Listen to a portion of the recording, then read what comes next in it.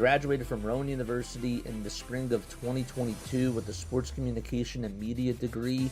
I got to actually call minor league baseball and G League basketball games while I was in school. And then I graduated, and as soon as I graduated, I went to NFL Films in Mount Laurel, New Jersey.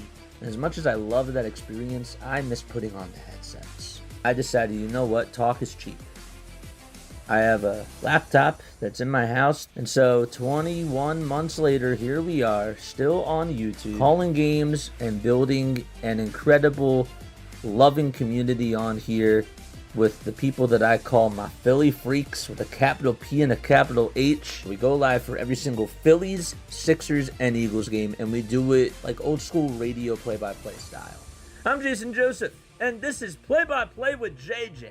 Showed swung on, barreled out to right field. Bye-bye baseball. That baby is long gone.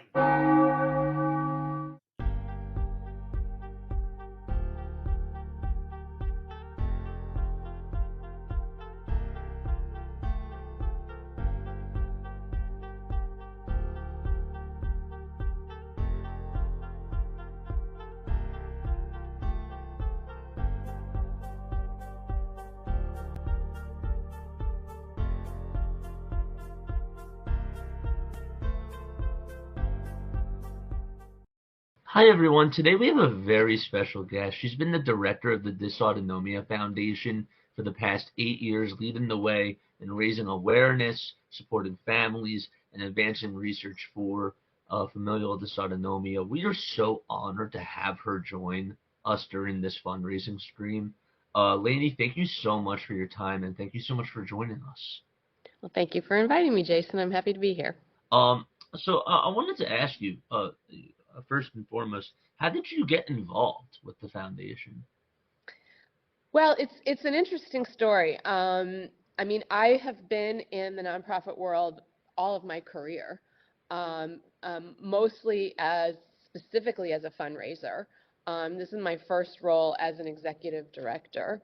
I just was kind of ready for something a little bit different after many, many years in fundraising. But of course, this is a foundation whose prime mission is to raise funds and raise awareness. So I'm still wearing my fundraising hat a lot of the time.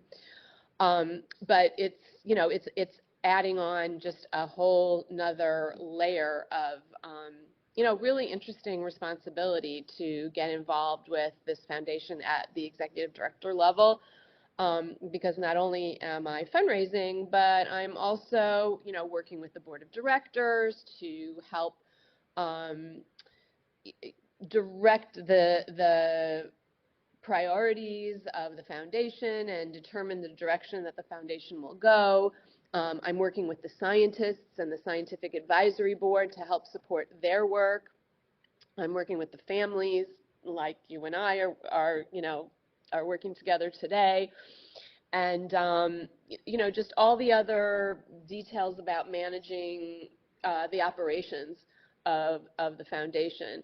So this is the first time for me in that role. But a lot of people ask me if I have a family member who has FD, and I don't. But when I was contacted about this role, totally coincidentally, because as you know, this is an ultra rare disease. There are only about 300 people living with familial dysautonomia in the world today. And a rare disease is considered if 20,000 people have a disease. So 300 is a pretty small number. But I actually know someone very close to me who has FD.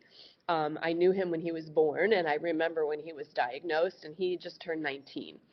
So he's one of my best friend's nephews. And so I did, I had heard of FD. A lot of people have never even heard of it. When we talk about it, I'm sure you have that same experience. And that's why it's so great that you're doing this fundraising stream, because I'm sure a lot of people who follow you because of your sports expertise have never heard of familial dysautonomia and probably can't pronounce it. But this is this is what we're doing. We Yeah. want to raise awareness. We want people to know that it exists. We want people to know what it is, and we want people to help support the work that we're doing. And I think it's also important for people who may want to send in a donation today to know that, and I'm sure we'll talk a little bit more about the research. But it's important to know that a lot of the research that we're doing, because a lot of people say, well, 300 people, why would I want to support that? But a lot of the research that we're doing, because it's a neurological disorder, and because we've identified the gene for FD, and that happened in 2000, and we can talk about that more too if you want to. Yeah. But a lot of the neurological disorders that are more common, like Parkinson's and multiple sclerosis and Lou Gehrig's disease, and they've not necessarily identified the gene. So a lot of the research that we are doing can help the research for some of the more common neurological diseases. So it's important for people to know that they're not just helping people with FD, but they're helping us learn more about neurological disorders that can be applied to other people, and where millions of people are affected. I want to piggyback a little bit about, you talked about how you're working directly with the families. What's been like the most rewarding part about that, and not just with the families, but also just directly with the patients? Well, I mean, I could take your family as a perfect example. I love your your parents. They are great. I mean, the relationships that I have built through working with families through a variety of opportunities. We have photo sessions, and we have fundraising events, and we have all different kinds of ways that I've gotten to meet families and work with families and work with people who are impacted directly with the disorder. We've had volunteers come into our office, people who have FD. It's really enriched my life, I have to say, the relationships that I have built. Our board is almost everyone who serves on our board has or had a loved one who had FD, and people are just tremendously committed to the work that we're doing, and it's really heartwarming to see the level of commitment that people have as volunteers, as board members, as fundraisers to the work that we're doing. When you were talking to me, I was just thinking about one of my favorite events that we did was there was a walkathon back in Abington. I believe it was like 12 or like 13 years ago. But I just remember obviously seeing all the families there and seeing everybody walk and how many people were just there for that event.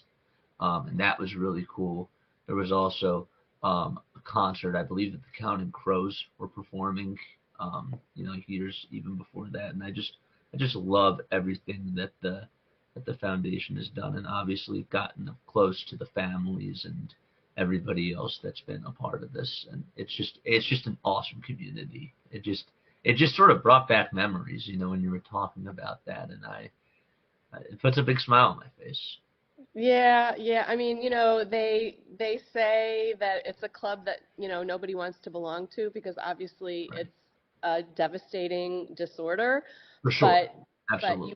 you also know that everybody calls each other's cousins, because everyone who's impacted by the disorder has the same defect, and meaning that everyone's related. I mean, everybody came from the same shtetls in Europe, and if you go back far enough, everybody came from one ancestor.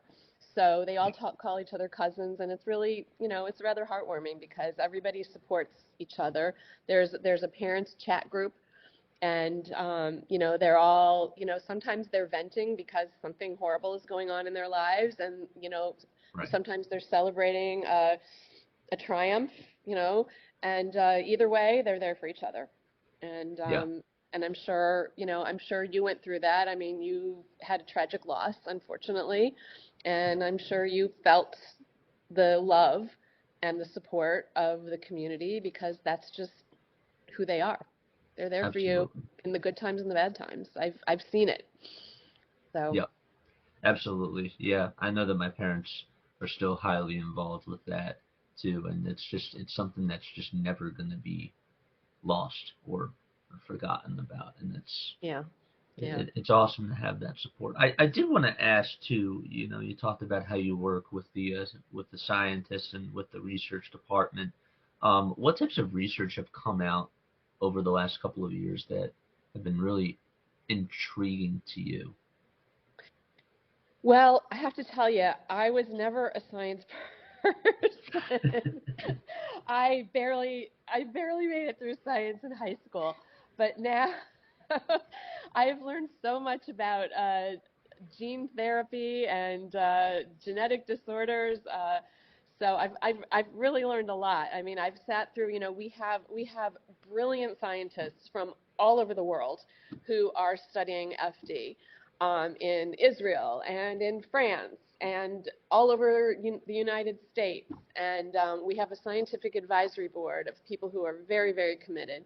And, I sit in on these meetings, I organize these meetings, and, I absorb a little bit and try to understand what they're working on so that I can, write a grant proposal or explain to Right. other people what's going on. So basically, what what what the scientists are focusing on now is to repair the genetic defect that causes all the damage in FD.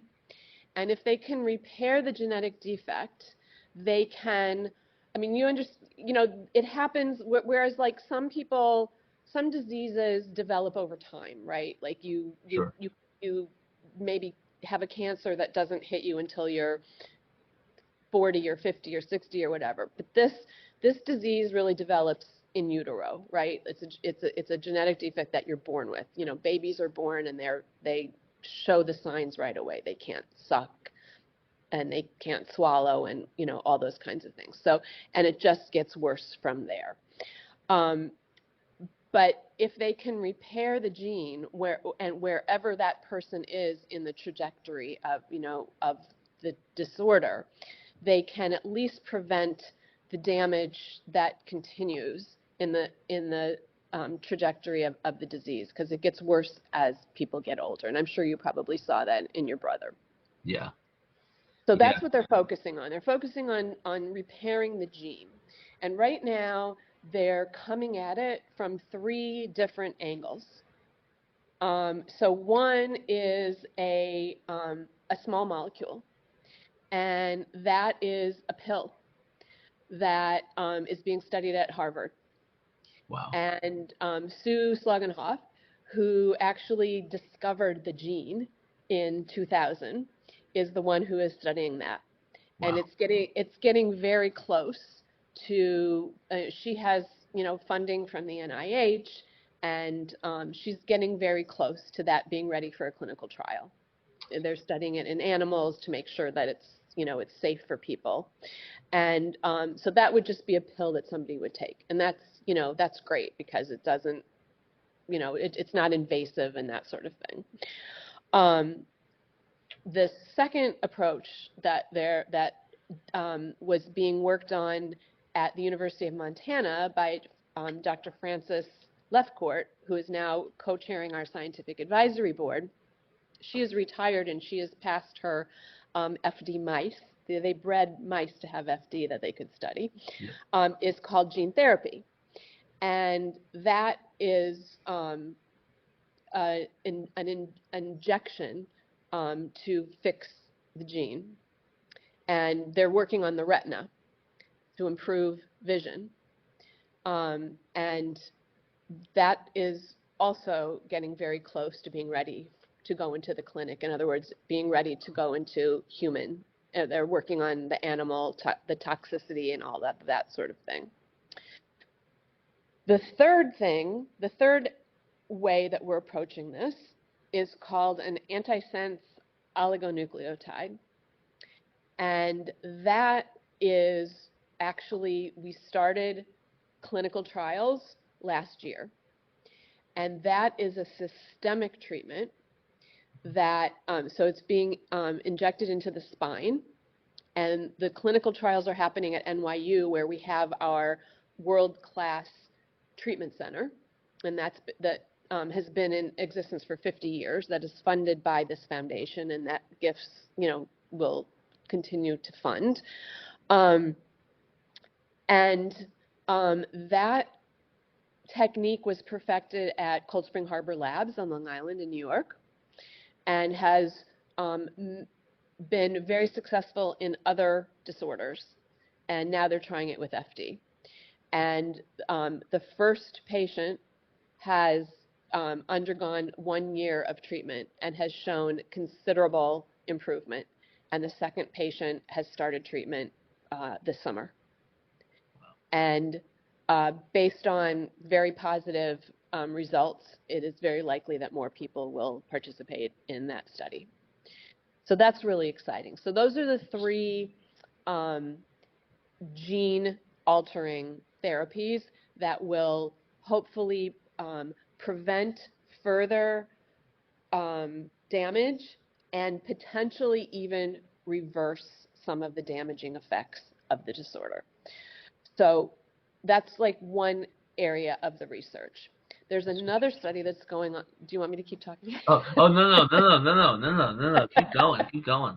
I was just saying to myself, like, that's like really interesting, because I'm thinking about Mitchell, and I'm thinking about, obviously it was hard for him to produce tears, and I'm thinking about his vision, and I think that, not to get off on a tangent, but I personally believe that his favorite color was green because he could see it. And I'm just thinking about all that stuff, and I'm like really fascinated about. Yeah, no, I don't know, did you watch FD Day this year at all?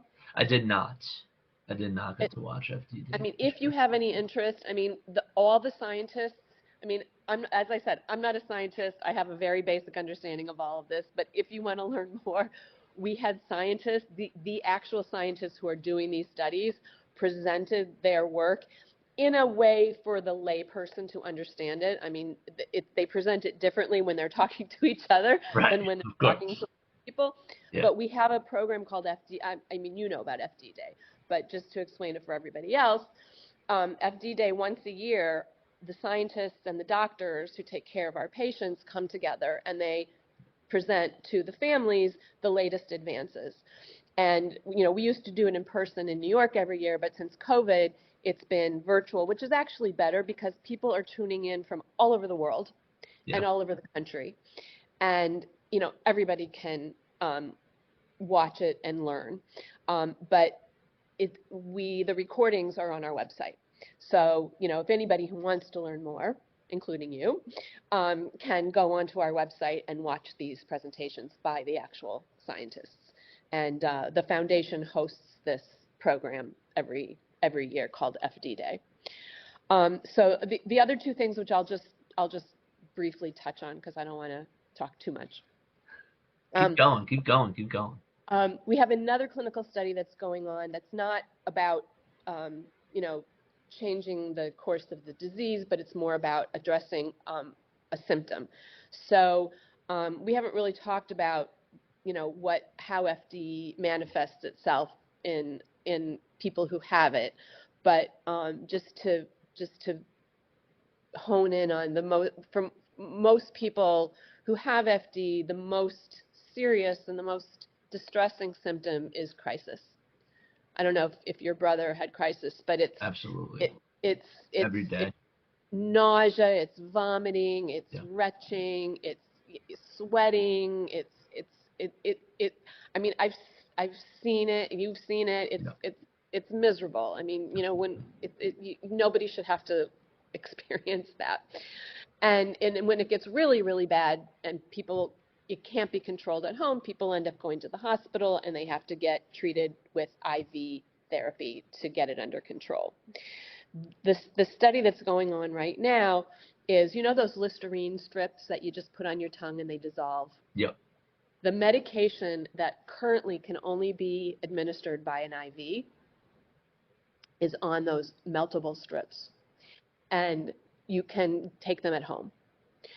So what they're doing right now is they're studying that they have maybe 8 or 10 people in a clinical study that's being run by the center at NYU to study how safe it is for people to take it at home. Like, what's the right dosage? How often can they take it? What do they, what do they need to watch out for? All those kinds of things. And if it's proven to be safe, then we can prevent a lot of hospitalizations. I mean, if people can be treated for crisis at home, how great if they don't have to go to the hospital and be on IV and be in the ICU and all that sort of thing. So it's a different approach. We're treating a symptom as opposed to affecting the course of the disease, if that makes sense. Yeah. Yeah. No, absolutely. Yeah. And then the other research that I'll just touch on briefly, I know CRISPR is like a buzzword right now in science, and we do have we recently made a grant to a scientist also at Harvard.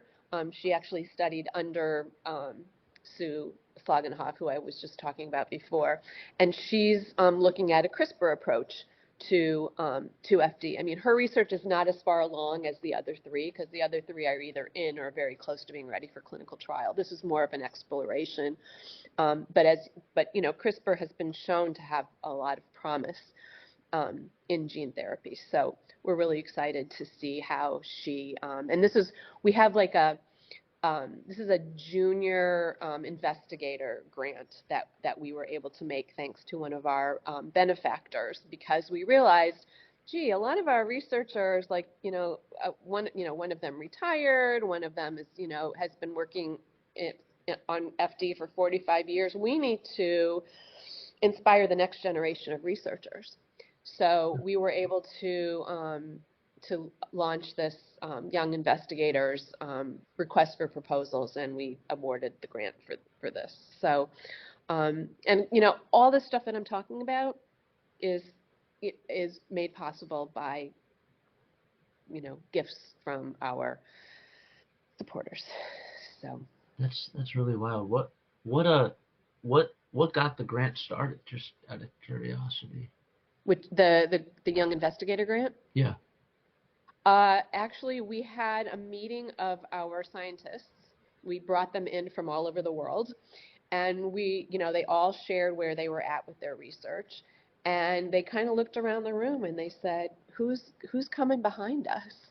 And some of them brought some of their junior people, but we realized we need to provide a pathway for them to carry on, to carry the torch. And continue the important work that's been done for the last generation. So, we had a benefactor that established a fund, and we were able to put this grant out. And we had, it was a competitive grant process, and we awarded one of the grants for this study. So, yeah. Wow. Yeah, So cool. yeah. We're very, very fortunate as a very small disease to have super smart, super committed people working on this disease. That's just incredible. I know. It really is. It really is. I wanted to ask you, so where would you say donations have the biggest impact, whether it's research, patient support, awareness campaigns, or is it just a combination of all of it, or would you say that there's like one specific part that it directly has the biggest impact on? Yeah, no, that's a really good question, Jason. I mean, for the research, obviously it takes millions and millions of dollars. So, it's hard to say, oh, your $100 donation or your $25 donation is going to make a difference. But what we have tended to do when it comes to research is this foundation funds sort of proof of concept. Like we'll give a starter grant to a scientist who comes to us and says, I have this idea, I want to see if it's going to work. And so we might give, a $30,000 grant or a $60,000 grant or something like that for them to just prove that their idea has legs. And then they can go to the NIH or the FDA or a pharmaceutical company sometimes and get, the big bucks. But they have to still be able to first demonstrate proof of concept. And that's where we can make a difference. And we don't have tens of millions of dollars or hundreds of millions of dollars, but that's where we can help boost them, give them the leg up so that they can then go and get the institutional dollars. So it does make a difference. But we also offer a lot of supportive programs for patients and families. We have during COVID, we started this program called Hangouts. People with FD were among the first to isolate. They're very frail and they're very susceptible. And, they were told right away, stay home, don't go out. And they were feeling very lonely and very isolated. And so we found a very dynamic person to sort of be a group facilitator. And they were so popular that even when the world opened back up again, we've kept these groups going. And we have 4 different groups now. We have the teenagers, and we have the 20-year-olds, the 30-year-olds, and like the 40, 50-year-olds. And they meet, some of the groups meet every week, and some of them meet every other week. And they meet for like an hour, and they chat and they play games and they talk about serious things sometimes and fun things sometimes, but it's just bringing together people from all over the country, and they've gotten to know each other better because sometimes they didn't really have relationships with each other, and now they've made friends. And so now that they know each other, they can text each other outside of the group, or they can FaceTime each other, and so they've made friends, and it's been really nice. And that facilitator is paid by the foundation for her time, and donations pay for that. As an example, we also have started offering support groups for siblings who have lost their loved one, for siblings whose sibling is still living, but you know what? It's not easy being a sibling, and I'm sure you can tell your fans it's not easy it's not easy having lost a sibling, but it's also not easy being the healthy sibling of someone who's sick in the house. Yeah. And there are people, everyone who has had that experience has something in common. So we have a support group for siblings who have lost their loved one, for siblings who have a living sibling with FD. We have a support group for parents who have lost their child, and we have support groups for caregiving parents. So those support groups are facilitated by a social worker, and that social worker is supported by philanthropy, by donations. We also have I'll talk about the NYU Center for a minute. Yeah, go on into that. The center was established, as I mentioned before, 50 years ago, and it is a world-class center. And anyone who has FD, if they live in the New York metropolitan area, they use the center for primary care. That's where they go if they need to see a doctor.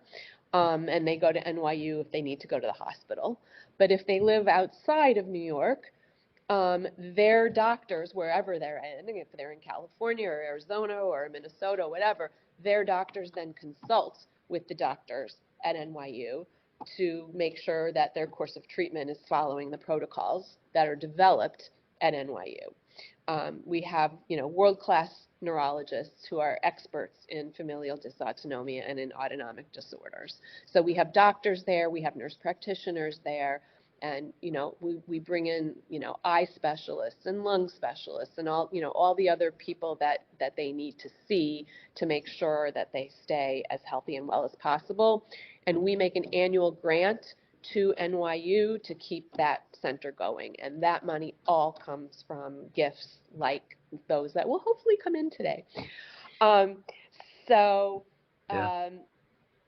that's where the philanthropy goes to really make a difference in the lives of people who have FD and in the lives of people who love someone who has FD.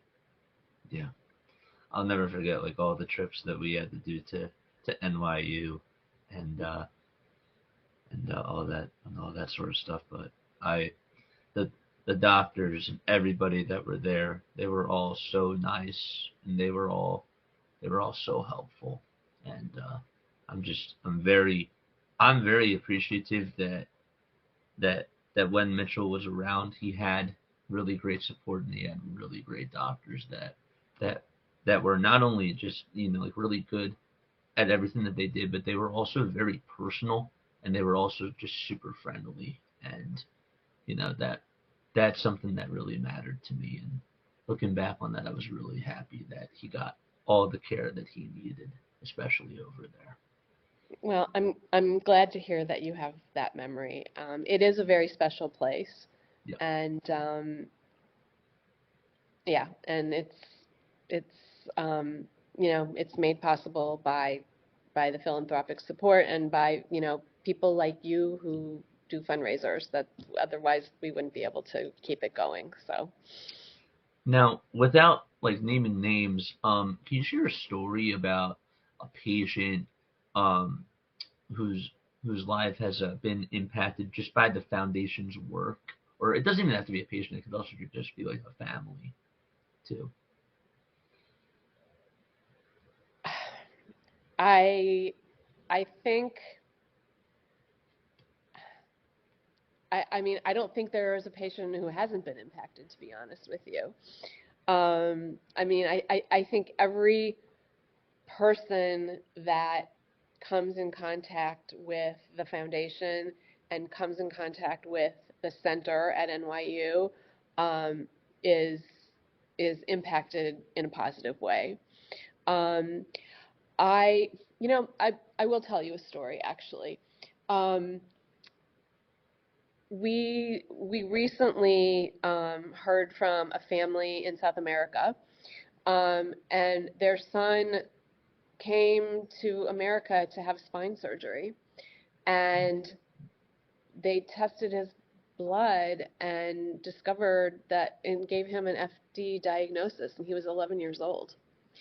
And I mean, so he had no idea. They had no idea that he had FD. It's Um, late. yes, it's a very late diagnosis, but I think that in places where there's not an awareness of FD and they don't know to look for it, they don't find it.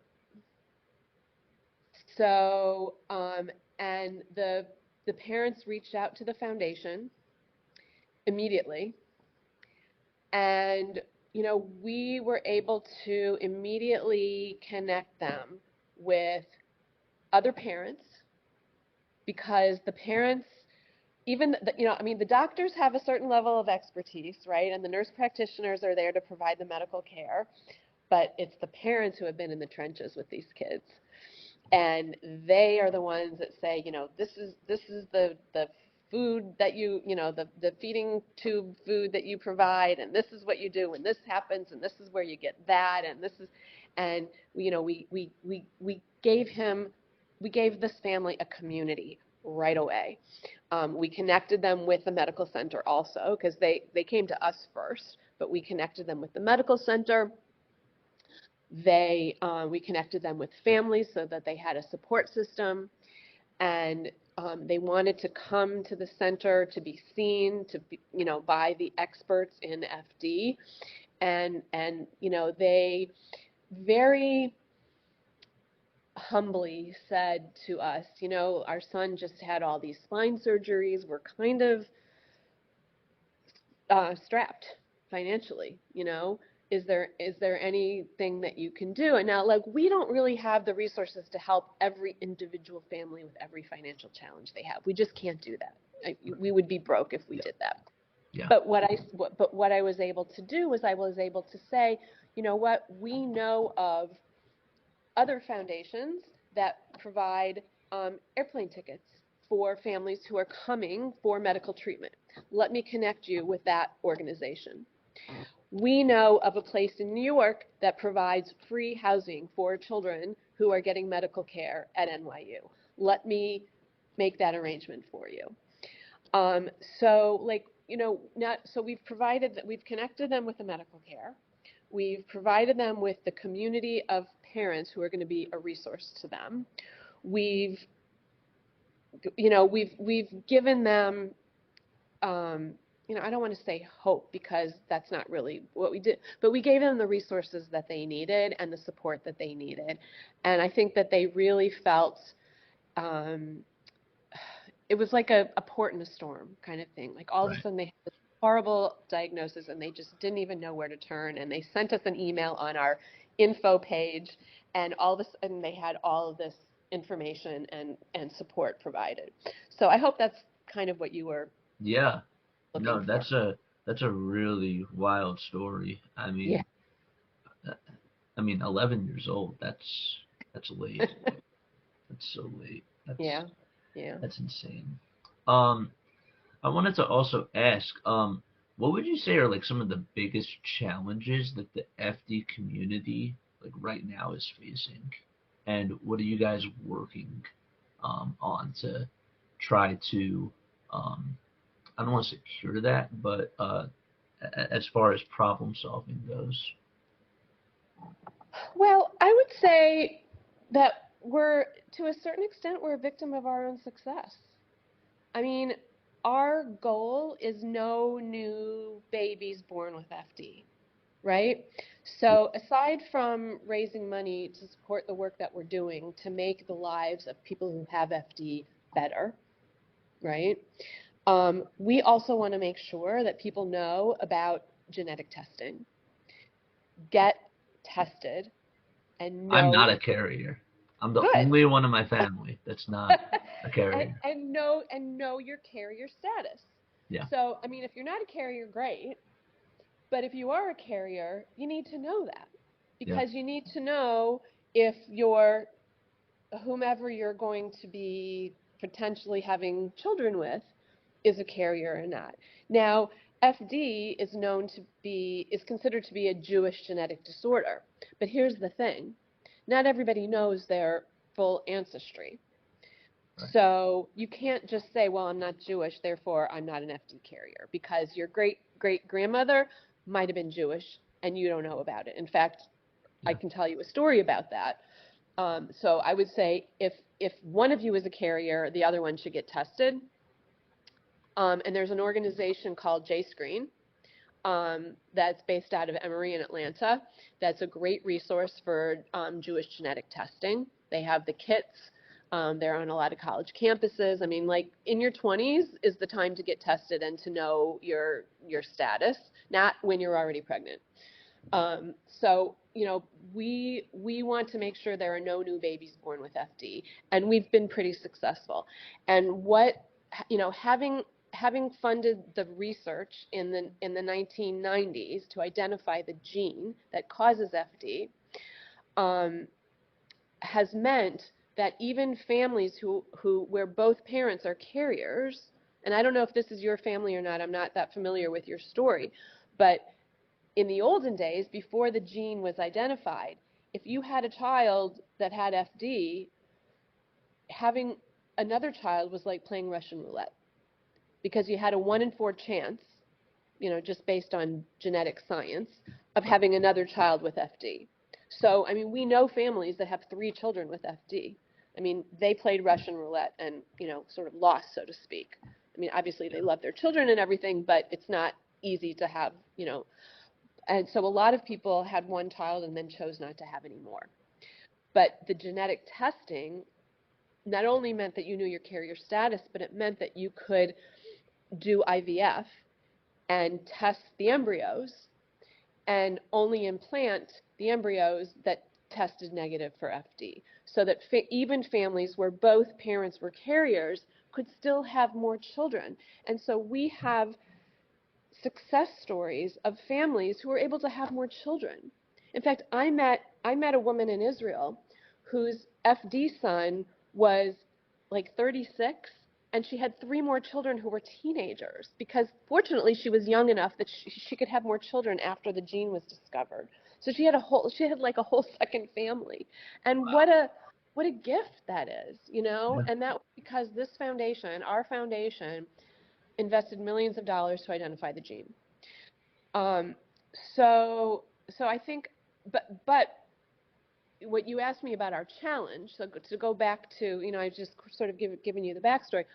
Our challenge is that now we're only 300 people with FD. It's really hard to get a foundation, for example, to be interested in what we're doing because, you know, most foundations are looking for impact. Right. They want to fund something that's, you know, going to affect millions of people or thousands of people. And it's like, you know, 300 people, why would we give them I was just going to say 300 people. Right. Right. So, I mean, you know, if you know those 300 people, they're very important people, obviously, and very deserving of, you know, our love and our care and our money. Absolutely. But when you're like an institutional funder, it's like, well, you know, we're not going to give to you. We're going to give to, you know, the Michael J. Fox Foundation or Right. breast cancer, or, you know, whatever, these Right. organizations that are impacting millions of dollars. And of course, you can understand that. So it's a challenge for us to raise the funds we need to do the important work that we're doing because we are so small. And we are so small because we're achieving our mission of not having more babies born. Right. So that's Now, that's how I explain how we're a victim of our own success. We're successfully preventing new births, but by that token, we are not growing.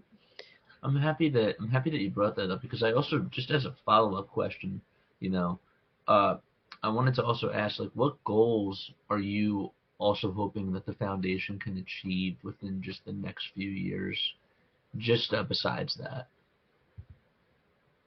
Well, I think right now we're really focused on those 3 gene therapies that I talked about earlier, and bringing those to. I mean, one obviously is already in the clinic, but if we can, you know, it's only in 2 people right now. If we can get that into more people, and if we can get those other 2 therapies into the clinic, and you know, because you know, research is precarious. It's not always successful.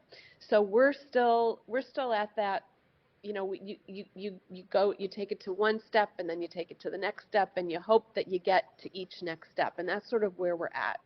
And so we're investing a lot of money and a lot of human energy and brain power. And so I think that we are really hoping that we can get those other 2 therapies, and we're very close. We're very close.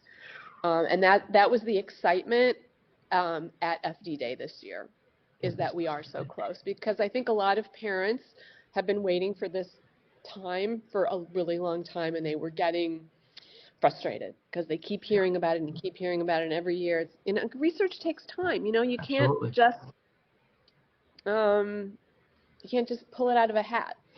No. It's something, and you have to prove your theories, and you have to, you know, study. I mean, you have to make sure you're not going to hurt somebody more by giving them something.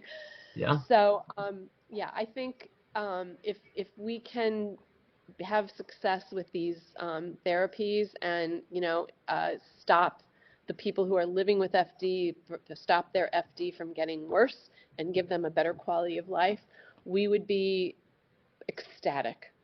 We would be ecstatic. Wow. That brings tears to my eyes. It does. It's so Well, if incredible. you cry, I'm going to cry. So don't cry. I just wanted to ask too, just as we wrap this up, if someone who's watching or is just hearing about FD or even just the Familial Dysautonomia Foundation for the first time, what's one thing that you would like them to take away? Now, obviously, you talked about getting tested, and you know, that's definitely important. But what's something else that you would like to say to those people? Well, I would say, I think because your program is a fundraising program, I would encourage them to support our work and to know that, every gift really does make a difference. Yeah. Oh man. Landy, I wanted to thank you so much for your time on here. I could talk to you. I could talk to you forever. I really could. I love listening to you and just listening to everything that's going on right now with the foundation and just listening to the research and all that type of stuff. But I really just wanted to thank you so much for your time and for you making the effort to just come on here. It means a lot. Thank you, Jason. We appreciate what you're doing as well. So it's been a pleasure to be on your show. So. All right, guys, that's going to wrap it up for this interview. Thank you all so much for tuning on in. Again, the links are going to be all posted down below. And yeah, I'll see you all very, very soon. Well, that was the interview that I did with Laney. And that's our third time playing it, or fourth time playing it. Never gets old. I'm so happy. I said this before, and I will say it again. I'm so happy that I continue to show this content because, again, I was asking, and again, ChatGPT does not have all the answers, but ChatGPT said, no, like, you shouldn't keep playing this. Well, there's new eyeballs. There's people that, even, like, when you come on in the first time and you watch it, you don't get to see a certain part of the interview, or there are things that you pick on up when you rewatch it again. There's always something to learn. Even as somebody that has done the interview with her, of course, there's things that I learn all the time, just from going back to that and from watching it.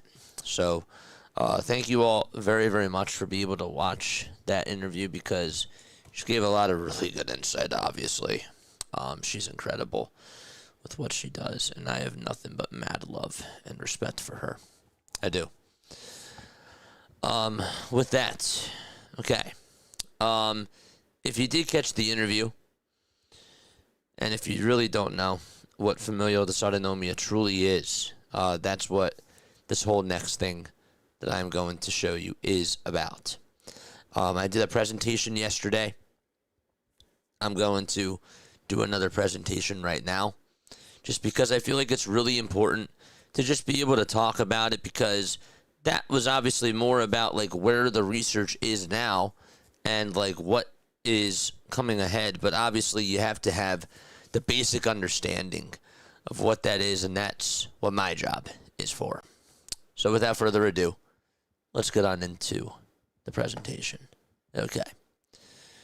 Once we could find our presentation, and that is right here. Oh man, thank you for joining. Thank you, JJ, for being it to us, of course. Absolutely. For those just joining us, JJ is on his last book of the books in the background, Mexico the Cookbook, as he reads. Then he will cook his favorite recipe. And now I'm back. The recipe was good. The burrito was incredible. But yes, that's what is going on. All right. What is familial dysautonomia? I'm actually going to take my screen off so that way you guys can see these slides. FD affects the nerves that control automatic body functions, the things that most of us never have to think about. So, I mean, I talked about it before. If you saw it in the documentary, Mitchell could not feel temperature, could not feel pain. By the way, ask questions down below. Feel free to ask at any time, even as I talk. So basically, this whole presentation is to explain what FD is, like what families have to face, why awareness can turn pain into purpose. And so, you know, there's a lot of parallels, of course, of things that Mitchell had to go through. Mitchell, I really want to say, and I said it during the first presentation, not to like compare other patients, of course, but Mitchell had a very, very, very, very severe form of familial dysautonomia. He did. Mitchell was completely tube fed. He also had very high and very low blood pressure. We'll get into that in a little bit. That's why he needed oxygen tanks in case his blood pressure was really, really low. It was so unstable. He also had very poor gait. He wasn't really tall, and he had a really tough time walking, like short distances. He wasn't fully handicapped. He could walk, but you had to hold him, and he had to have oxygen because if not, he could pass out. And that was the truth. He had a very severe form of familial dysautonomia. What is FD? Familial dysautonomia, it's a rare inherited disorder that affects the autonomic and sensory nervous systems. Okay? So basically, he has trouble regulating functions for like breathing. That's why, like when he would walk, he would exert a lot of energy, and you couldn't trust him to be without oxygen. You could not trust him to be without the oxygen tank. It was a gamble, and he had to wear oxygen. He just did, especially if he was walking up the steps and down the steps. He needed that because he had a tough time breathing. Blood pressure, I just talked about that. Digestion, I just talked about that. He was totally tube fed. Temperature control and tear production. And that's the interesting thing that I want to get on into chat because I want you to think about this. Okay. Let me go to my monologue screen real quick. We blink, we produce tears. Okay? Our eyes naturally do that.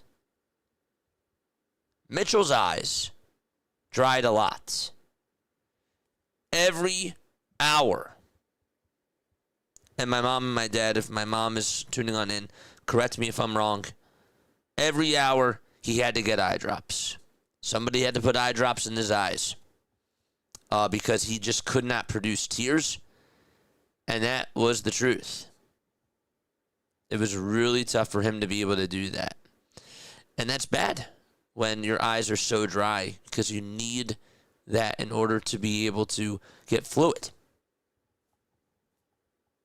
And that was something that was really tough, of course. So he definitely needed eye drops, and he would get them every hour, at the very least. If his eyes were red, if his eyes were really, really dry, he got them more times. So we go through a lot of eye drops every single day. And he couldn't do it himself. Somebody obviously had to give him the eye drops. Just like after they fed him, every hour, Mitchell had to be fed. And he was completely tube fed. He was. So it was really important for the nurses and for my mom and my dad, of course, to be able to do his eyes, especially after they fed him. Because he had to eat every hour.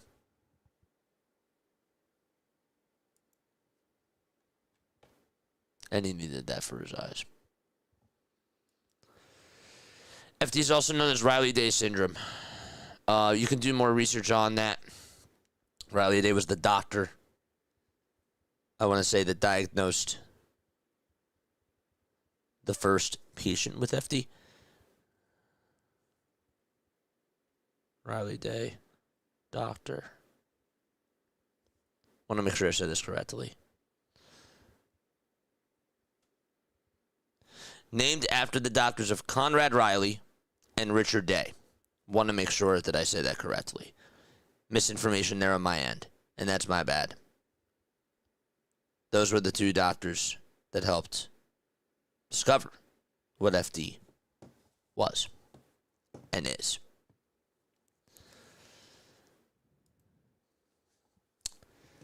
Let's talk about the body functions. Okay. Let's think about this and talk about this. Familial dysautonomia disrupts the autonomic systems that keep us stable.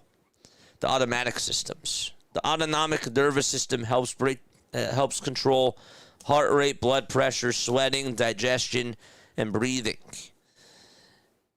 You think about like the everyday body functions, that's what our bodies do. That's what they do. Mitchell's system was unstable. Mitchell's system was unpredictable. And that's what everyday life was. Everyday life was unpredictable when you dealt with Mitchell. And as my dad would say, seeing what he had to go through was a blessing and a curse.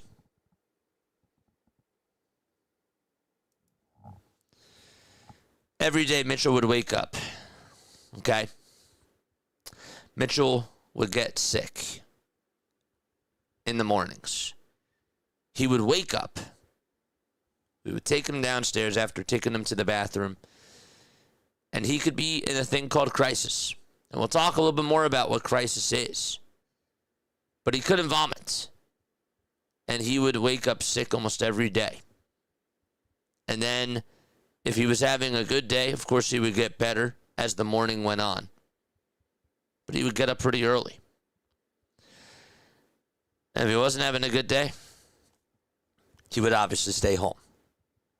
Every time that we went out to do something, whether it was something nice for him, something for us, we would have plan B, plan C, plan D, all the way to plan ZZ.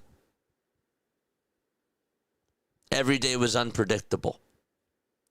Sometimes we get tickets to go to Sesame Place or wherever it was just to make him happy. If he wasn't feeling good that day, we weren't going to go.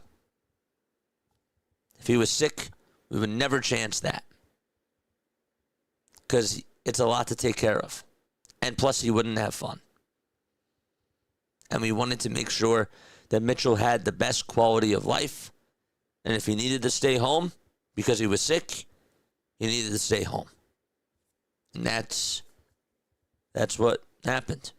But every day was unpredictable. Every day you didn't know what was going to happen with Mitchell. But when he had a good day, everybody had a good day. If he wasn't getting sick so much, everybody's job was a lot easier.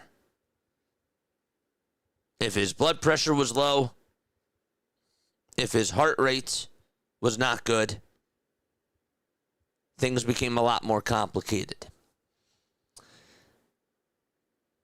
But again, I want to make sure that I keep saying this. We wanted to make sure that we gave him as good of a quality of life as we possibly could. Because that was really important, especially to my mom. So yes, just wanted to make sure that I said that very, very clear, because you never know what type of a day it was going to be. And sometimes I'd wake up and I would go to school and I'd feel really bad because he was feeling really, really sick. But I still went to school. I still did everything that I had to do because I have to live my life. And my parents always thought that was really important. You know? But yes, that was a very big thing. That was a really important thing that I wanted to make sure that I mentioned. Because that's what life was like with him. But when things were amazing, things were just awesome. And you take the good and you take the bad. You do.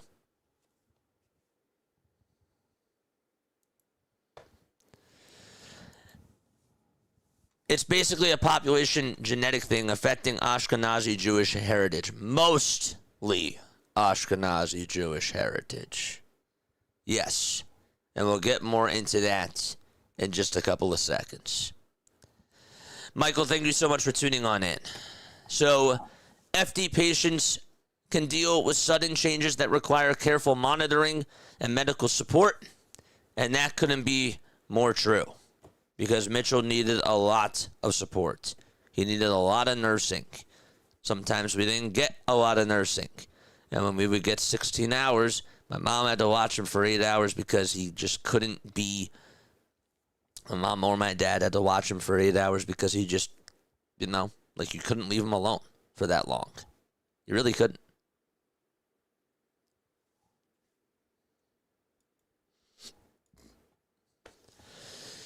What causes FD? JJ. FD is usually caused by mutations of the ELP1 gene. It's inherited in an autosomal recessive pattern, meaning a child must inherit a changed copy of the gene from both parents. So I'll put it to you this way, okay? And I said this before, but I'll say it again. My mom and my dad are carriers of the gene, obviously. And if both parents are carriers, there's a 1 in 4 chance that their child has familial dysautonomia. In my immediate family, my uncle's a carrier. My aunt on my mom's side is a carrier. My sister's a carrier. I'm not.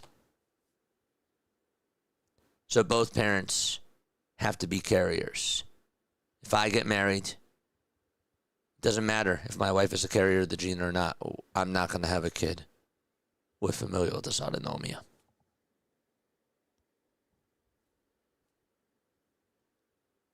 Just wanted to throw that out there, though.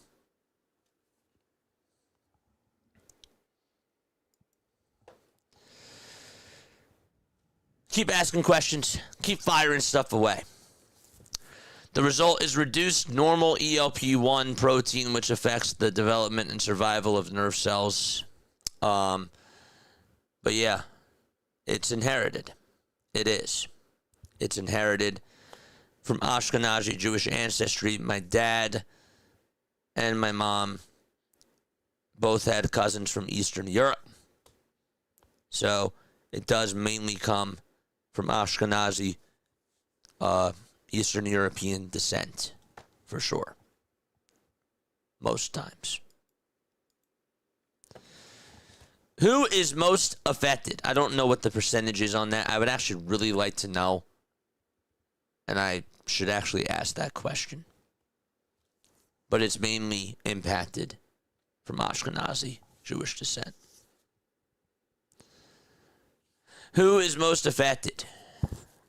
Okay, familial dysautonomia, as we talked about before, is most common among people of Ashkenazi Jewish ancestry through rare disease awareness matters for everyone. Obviously, it matters for everyone.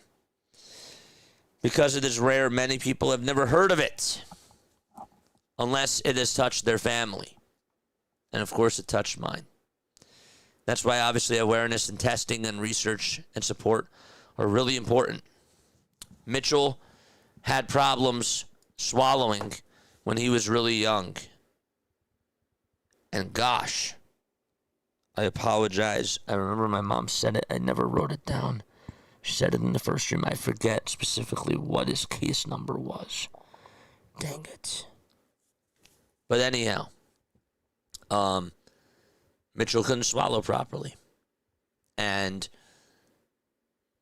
a doctor recommended him to go to NYU because that's where the medical center is. That's where it is. And that's where they treat patients with FD. There's also one in Israel too. But they knew something wasn't right. They knew something was not right. He was aspirating when he was swallowing certain foods, and they knew something was not right. So my parents wanted to obviously go get him the right help and figure out what was wrong, of course. So then he got diagnosed with it. And that's pretty much what happened. I had Guillain-Barré syndrome last year and couldn't walk. I had to learn to walk again. I didn't talk about it. This is Michael. I have to do my research. I do. I really have to do my research on that. But gosh, you learn something about everyone, man. That's crazy. I really would like to educate myself on that. Because that's unbelievable.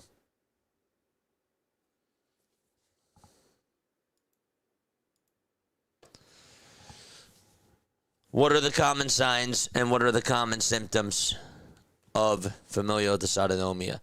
Early symptoms can include poor muscle tone, feeding problems, which Mitchell had, poor growth, which he had, and lack of tears when crying, which he had that as well.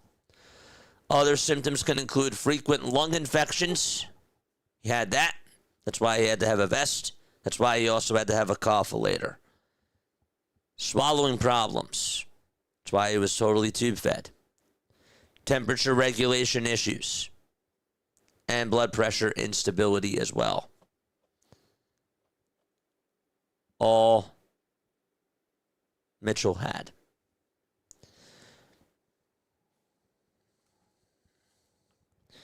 Keep asking questions, chat, and keep talking down below because I'm going to keep going. And I want you guys to continue to ask me questions because this is an educational thing.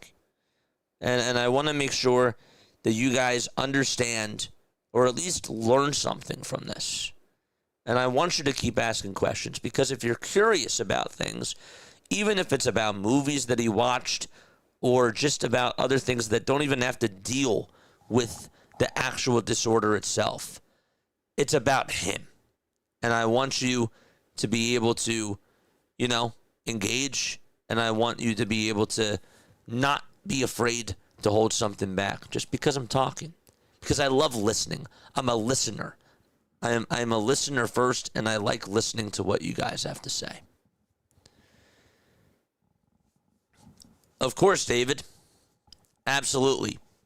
I want you to get a peek of what things are like behind the curtain of things. It's really important to me because it's a part of who I am. It really is. I grew up with this. I grew up with Mitchell for 20 years. Over 20 years, 22. Almost 22 years. What are the sensory challenges? Yeah. When the body does not send normal warning signals, many people with FD have reduced sensitivity to pain and temperature. I said it before. I will continue to say it again. Mitchell cannot feel temperature or pain. I was telling Justin, I was telling everybody else in the chat, there's a video, of course, in the documentary that I posted. Okay? As I go back to my monologue screen, there's a video that I posted that my dad took that I put in the documentary. Mitchell celebrating his 21st birthday in 2011. Mitchell could not eat cake. But it was the tradition of coming together, singing happy birthday, and getting him out of the chair, out of watching his DVD player, like out of his element, to just be able to try to focus on him because he loved being the center of attention. And he was a big part of the family. Mitchell did love blowing out candles. But just imagine this. A guy that can't feel heat. A guy that can't feel frozen things. A guy that can't feel pain. Doesn't know if something's really hot or something is really cold. Every time I watch that video, and I really kid you not, I want to make sure that he's being held back when he's blowing out the candles because he couldn't even feel the warmth of the candle from about like an inch away. Or a couple of inches away, really. Couldn't feel that. So you really had to be careful. He could hurt himself and you didn't even know it. Just because he would bang his hands, and from the movies that he would watch, he would try to mimic sound effects. So if there was a gunshot or whatever in a movie or a big fighting scene, especially because he loved Batman, he could hurt himself by banging his hands or banging his feet. And he wouldn't know that that would hurt him. So you had to watch how he would walk. You would have to look out for visual indicators. Was he bleeding? Does something look a little bit weird with his arm? He couldn't tell you that because he couldn't feel temperature or pain. And in some ways, you can look at that and you can say to yourself, well, he didn't cry, like he didn't have to like go through it emotionally. But guess what? He couldn't actually physically feel that. Blessing and a curse. Just different.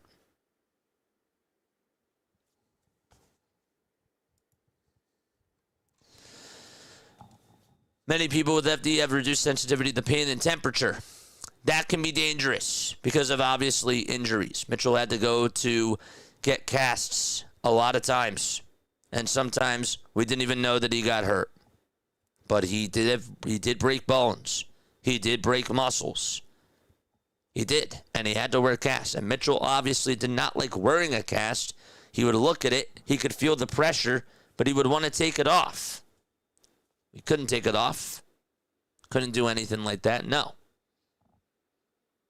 So you had to monitor him, just seeing if he would try to take that off. Mitchell didn't like to wear clothes. So you think that a guy that wouldn't like to wear clothes wouldn't like to have a cast on. You know? But yeah. Mitchell had balance problems.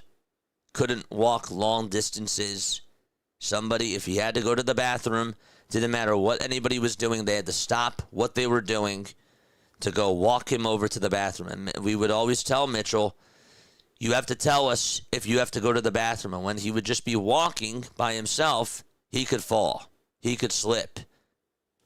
We never wanted that, obviously, because that's bad.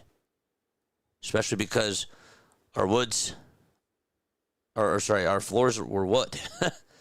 So that was big. He had to make sure that he told us that he was going to go to the bathroom or that he wanted to come see us. And we loved it when he would come see us at the table or when he would come on over to see me with his DVD player. Absolutely. But whenever he didn't warn us, that was like, it didn't matter what you were doing. You had to stop what you were doing just to go help him.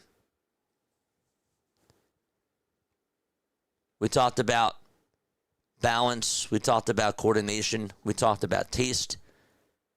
Mitchell couldn't taste anything. His tongue, though, I will tell you, what's really interesting, and I don't know the research on this, but apparently, from what I was told, a lot of patients that have FD have a tongue that feels like a cow. And Mitchell's tongue did feel like it was a cow tongue, which is really interesting. Really wild when you think about that. A favorite memory that you have of Mitchell? Maybe some interaction or time that brings a smile to your face. I love this question so much. I have a lot of favorite memories of Mitchell. A lot. One of my favorites, though. Mitchell, when he was in this program, it was a 21-plus program. He aged out of his school. We found a 21-plus program that was actually with the school that he was at. It was at Hollydale. They had a 21-plus school there. There was this girl who really liked Mitchell. She was really sweet. She had a really tough time talking. Okay? I don't remember specifically what her condition was. But she thought that he was really funny. And she thought that he was really cute. And Mitchell, would show her his movies that he was watching. She would come on up to him And he would show her, and he would say lines from the movies, and he really liked her. He did. It was actually really sweet. And so, one day, there was a prom. They had a prom at the program, or at the school, and Mitchell went to the prom with me, my dad.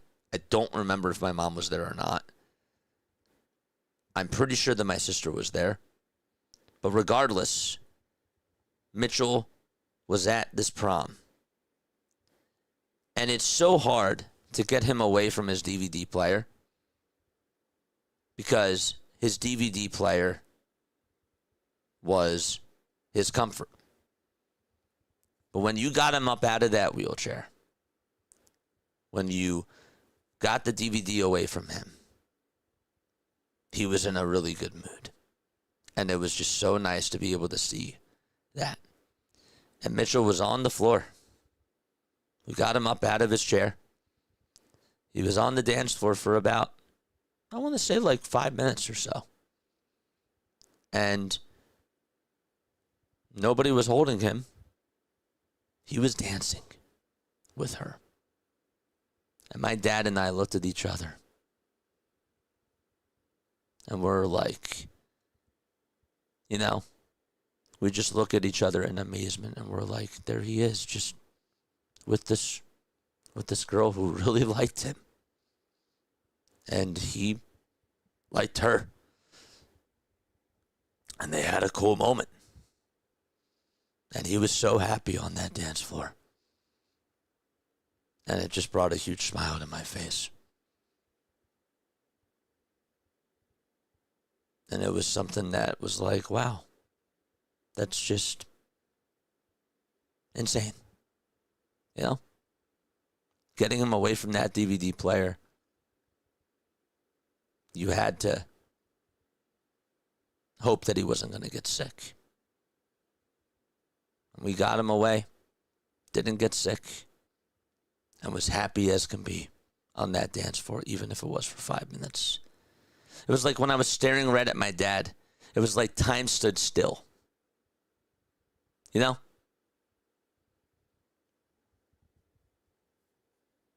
And that was really a cool moment.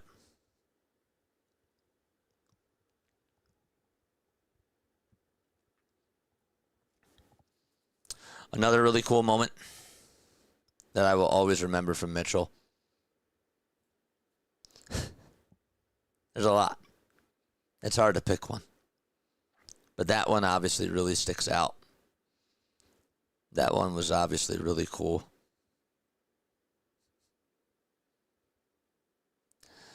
A funny moment was when we had one nurse that had an accent.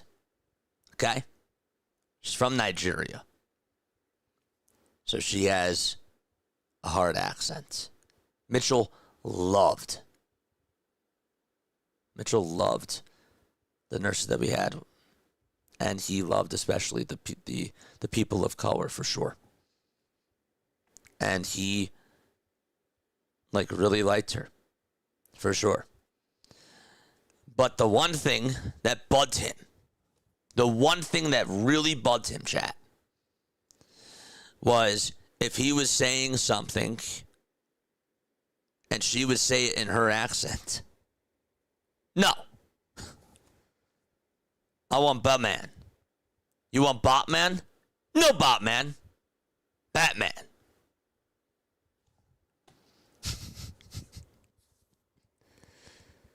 Ursula? No Ursula. Ursula. And he would get so bothered, just because of that. But she obviously got such a kick out of it, and he loved her. But those were always really funny things to me. If he was saying Barney because he really liked Barney, she would say, You want Barney? Uh-uh.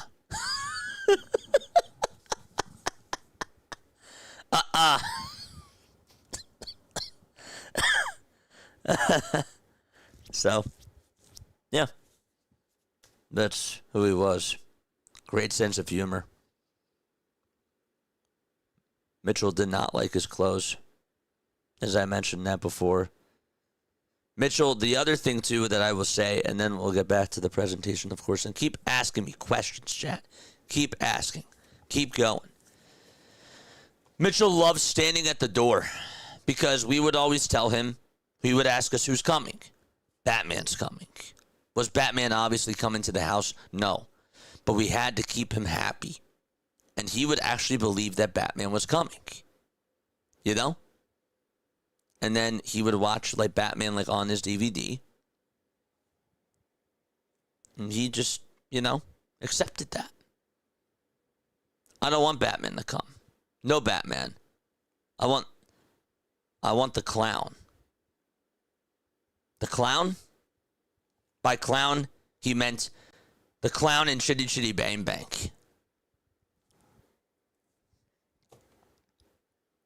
Okay, well, the clown's coming.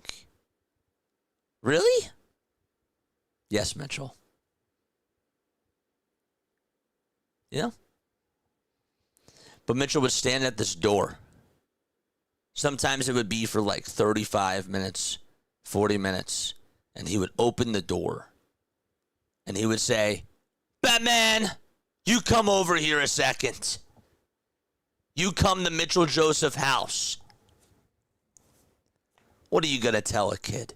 He's not coming, and then get him sick and not, have him feel well. You had to make him happy. Because you have to understand that if he wasn't happy, he was sick. And he could really get himself sick. Anxiety, stress, retching, blood pressure goes down. He really could do that. So,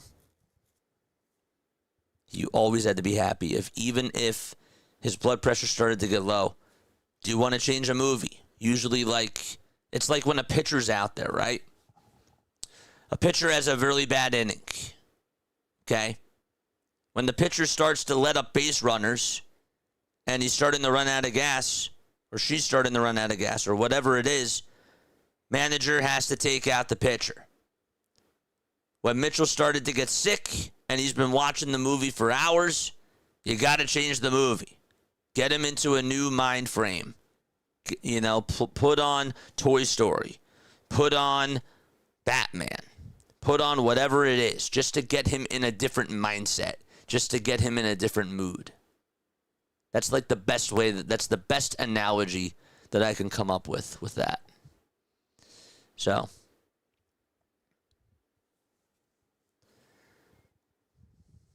but that's what it was. I never heard of Guillain-Barré syndrome before. I woke up and my feet were numb, and I kept going to work, and my legs slowly got heavier and more numb. I was hospitalized and couldn't walk, dude. That's crazy. I really will have to do more research about that. I'm so sorry. Nobody deserves to go through something like that. Can't even imagine how much of a toll that is taken on your life. I can't even imagine that. Mitchell had the Riz. Oh, he had Riz, dude. Mitchell could get away with anything. He could learn how to curse. I mean, he didn't curse. But he could learn whatever it was. If you were to go into the kitchen, okay? And he looks at you. He's putting that DVD to his eye. Mitchell, no DVD to the eye. If you looked away, he could take his clothes off. And especially with some of these nurses who obviously were the new ones, he would really try to pick on them like that. He tried to be sneaky. You know what I'm saying, chat? If a new nurse was in the house and he had his clothes on and the nurse walked away, he would try to just take his clothes off And then if the nurse started to take control and said, Mitchell, you can't do that, he would frown. And he would be like, oh. Because he knew that at that time, those people caught on. And it wasn't even just taking clothes off, chat. It was other things too. It was the banging. It was giving them an attitude. You know? He would really try. He would really try to get away with things. But the good ones stayed. The good ones adjusted. And that was really important. Very, very important. Michael says, I'm blessed I can walk again. It took an entire year. Imagine that. An entire year. An entire year to fight to learn to walk again. That's when I would chat more because I was unable to walk or work. Imagine going through something like that just to take a year to be able to walk again. This is stuff that a lot of people take for granted.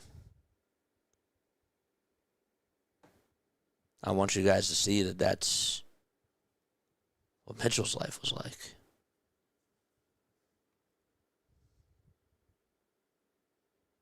He did. He did. He tested people. Sometimes he was very sassy and very dramatic. Of course, Michael. I hear you. Hearing, actually, I'm sorry. I shouldn't even say that. I'm listening to you.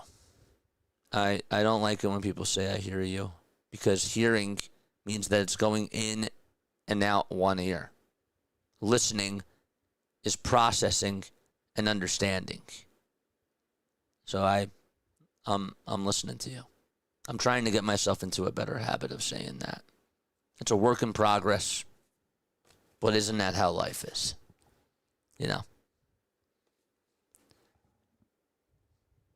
Keep firing away, chat.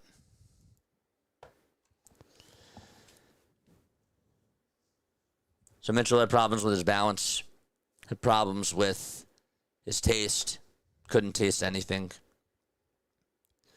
Even though he said that his favorite food was pizza. If you would ask him, Mitchell, what's your favorite food? Pizza. I think he just likes saying the word, and he probably liked how it looked too. But he couldn't eat pizza.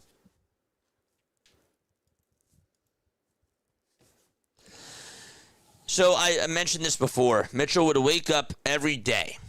Every day he would wake up and he would go into a thing called crises. What is crises, JJ? It's a dysautonomic crisis that can involve severe vomiting, sweating, anxiety, or distress, and spikes in blood pressure. You never knew why he would go on into crises, but it happened almost every morning. When it didn't happen, it was rare. But the episodes became very serious because he would retch, okay? I want you to picture this. So let's go back to my screen. I want you to picture this. Every day, wakes up, okay? Room across from me.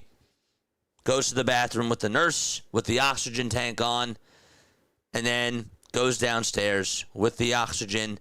The nurse helps him go downstairs, and then we would have to turn the TV on. We'd give him the DVD player too. And, of course, the nurse would feed him, give him his 7 o'clock meds, or whatever. Mitchell always woke up at 6 o'clock. Like always. He had a clock. But every day, after he came downstairs, he would retch because he couldn't vomit. And then he would sneeze a lot. And he would take his blood pressure. And if his blood pressure was really low, he had to be on oxygen. If it was under 80, he had to be on oxygen. Even when he was over 85 or even 90, you still had to keep him on oxygen because that blood pressure within a minute could go down all the way back to very, very low. You had to be careful. You could not take a gamble with him. You just couldn't. So that was like a very important thing. Obviously, the oxygen tank had to be full, or it had to be very close to full, or half. But yes, that was every day. That was him waking up every day. And then if he was really sick and needed Valium or other meds, that's what he would take, and he would still have to be on oxygen. And when he wasn't feeling well, everybody's job became a lot tougher. When he was feeling great, everybody's job was great and life was good. So I just want you to understand that, because that's what every morning was like. Sometimes there was a movie on and we would change the movie. If you said that he wanted Batman, you better not be playing Ursula. You better not be playing whatever the heck it was. If it was Batman, he wanted Batman. And most of the time, he wanted Batman Returns. If you said Mr. Freeze, that was Batman and Robin. He loved Mr. Freeze. But you had to do that, because if he didn't, he could get sick. And every time, just to sort of branch out here, if you got him away from that DVD player and he was playing a game, like tic-tac-toe or whatever it was, he had to have been in a good mood. But getting him away from that DVD player was really tough. And whenever he started to, get a little bit tired, or, like whatever, like we would always have to tell him, put the X over here, and then you can have your DVD. Or Batman's coming. Just to get him into that mindset, to have him finish a task. Whether it was putting the circle in the Connect 4. Or bag up things. That was obviously a really important thing. Because you never wanted him to get sick. Thank you so much, Lyndon. I really appreciate that so much. Keep firing away with questions. I hope that this makes sense. And some things are not going to make sense. This is a lot of information that I'm throwing at you guys. And I've already seen that. So we have 16 people on here. We've had 10 people that started. Like when we came back, I was looking at the numbers. That means that 6 of you guys were not here. And now I see that 13 people are here. So 3 of you left. So you can miss out on certain things because of that. And so I always have to be mindful of those types of things. So please, even if I said something before, I don't care if I have to repeat it 15, 20 times, because I want you to learn. I want you to be able to get something out of this, and I want to be able to be open with you all, because that matters to me. It's a lot to process, though. It's a lot to wrap your head around.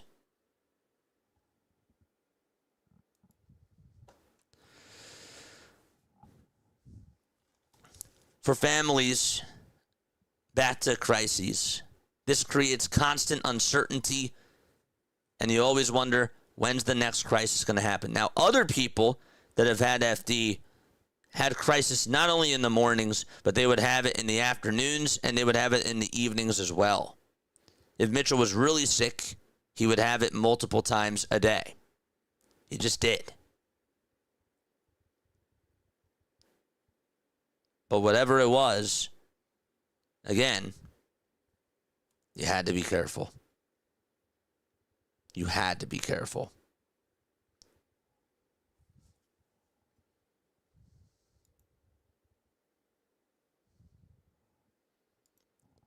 Just curious, can you see who is watching or just the number of people who are watching? I can only see the number of people. That's it. I can see what my average view duration is. I could see how many views there are, what the chat rate is, and how many concurrent viewers are tuning on in. But I can't see that. And obviously, I don't always like to look at the numbers because then that's distracting for me. But I also understand that I have to be mindful of those things. My little sidetracked here. I learned a lot about this because in radio, really quickly, in radio, they always tell you, and I learned this from my station manager. Shout out to Derek. He's incredible. When I was in college, he would always say, make sure that you tell people who you are, what the station is, what they're listening to, and especially if you're doing sports, the most important thing in sports on the radio. When you're calling basketball, when you're calling hockey, when you're calling baseball, what the heck is the situation? You could say it every single 5 minutes. The time and the score. The inning. Who's out there pitching? You have to be repetitive because I would look at the numbers of the station. There could be 8 people that are tuning on in online 1 minute, and then 2 minutes go by, and all of a sudden there's 20. So 12 people, if you've only said it within that time span, just one time, 12 people are confused, 12 people are lost, and they don't know where the game is. Where are you in the game? And then guess what? They click off the station because they are confused, even if they mindlessly don't or consciously don't think about it. So that's just a broadcasting lesson. And for radio, that was like really important. For streaming, that's something that I feel like I need to work on a little bit more. Because there's people that are obviously looking at their phone, but then there's people that are driving. But to get back to the topic, that was really important. And so when I'm doing my presentation here, I always have to be mindful who's tuning on in, how many people we have tuning on in. And if I have to repeat myself, that's totally fine. That's okay.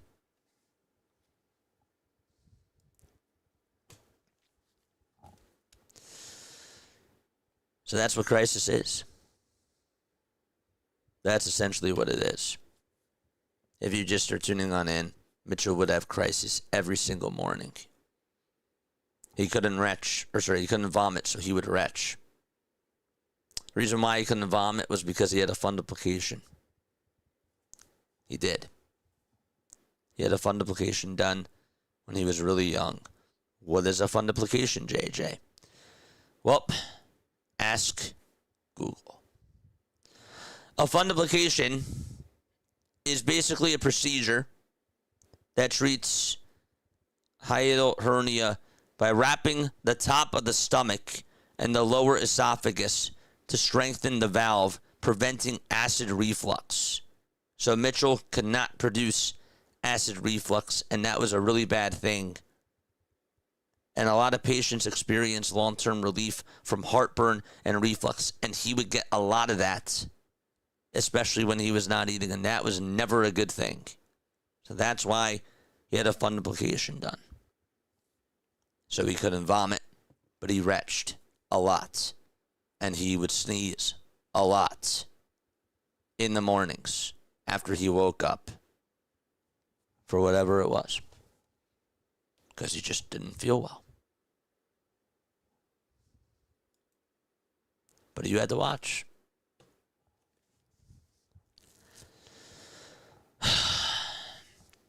Daily life with familial dysautonomia. Chat, I will tell you this for free. Okay?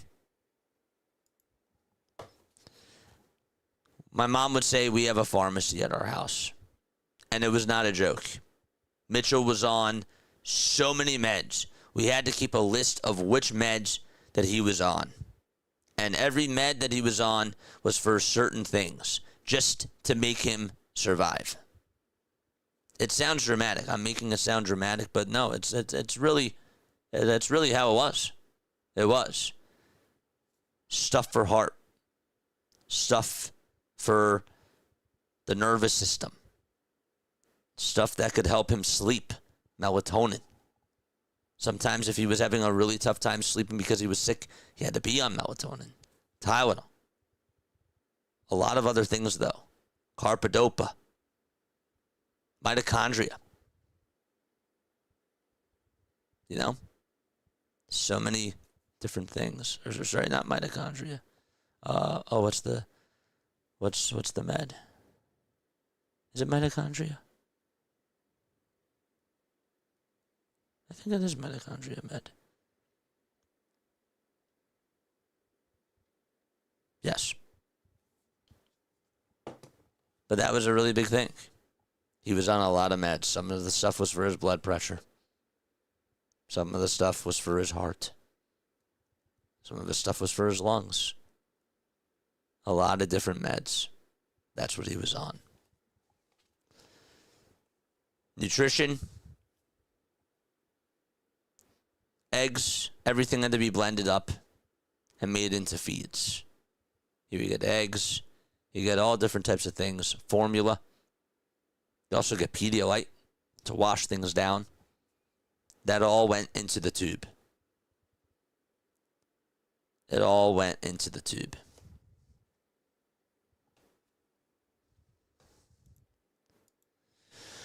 The most difficult thing that you had to deal with in taking care of Mitchell, if it wasn't too difficult or personal. The most difficult thing that I ever had to deal with is whenever my parents were away. And by away, I mean upstairs or outside. And Mitchell was going to the bathroom, walking by himself, or just, was ready to pass out. First thing, of course, I do, get that damn oxygen tank. Make sure that that oxygen tank is good. Turn it on. Test out the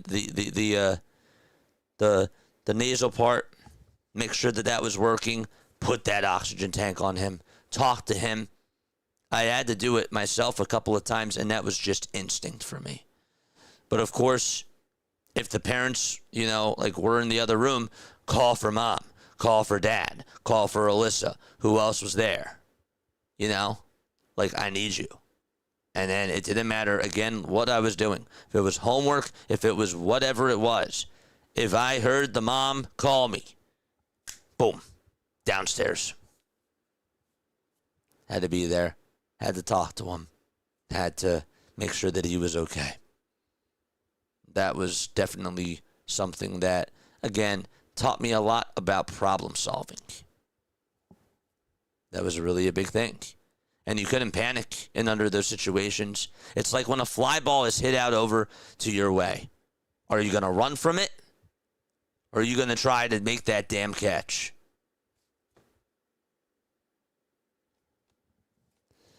But yeah, I guess by now you have a minor medical degree. Somewhat. Always learning, for sure.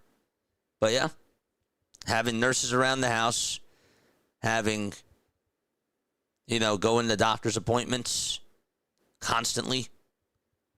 Sure. Yeah, definitely. The crazy part is, and I'm not throwing names, I never name drop when it comes to nurses or when it comes to other people. But I will tell you, the crazy part is that you learn a lot about people. And some of the nurses that we had that would come on into that house, some of them really didn't even know how to, turn on an oxygen tank. I would never forget. I'm there. Mitchell, I walk home from school. I come home from school. I come inside. Mitchell is right there. He's on the floor. The nurse is right there. Nobody's downstairs. She has the oxygen on him. And she's like, why is this not working? I look at the oxygen tank. The tank's not turned on. Turned it on. Boom. He's fine. Stuff like that happens. You're going to screw up. But she was like, oh my gosh, like I didn't even know like that you can turn it on that way. I'm like, well, now you know. But that's scary. Yes. We did. And hopefully that was a big learning experience for that nurse. But it's interesting how even just like the most logical things, the things that you are accustomed to, you know, like you think about these people that go to school for these things. And again, I'm not trying to throw anybody under the bus because obviously I have a lot of respect for nurses. I have a lot of respect for doctors, especially the good ones. But sometimes you lose track of those things. I've made some mistakes. I'm not perfect, but that was something that was like, wow. She didn't even know how to turn on an oxygen tank. How come we didn't ever tried that before? You know? So. Keep firing away. These are all great questions. There's no such thing as a bad question, especially when we talk about this.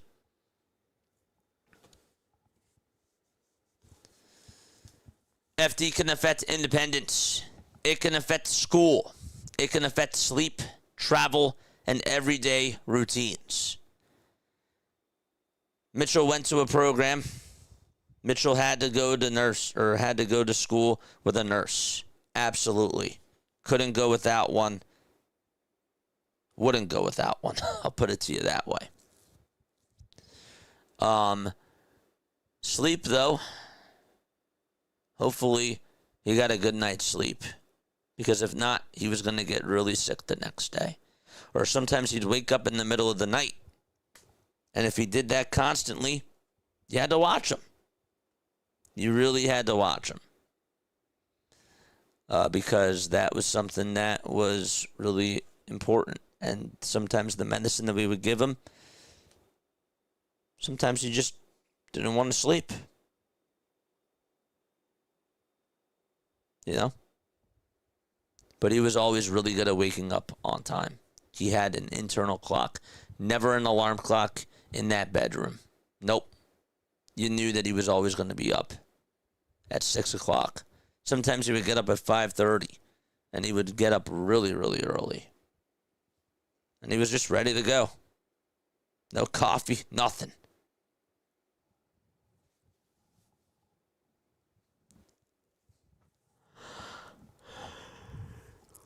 I need a sip of water. Give me 1 sec.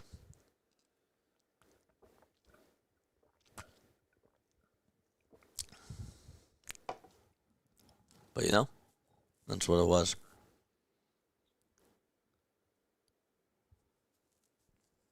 We would actually, let me talk about this.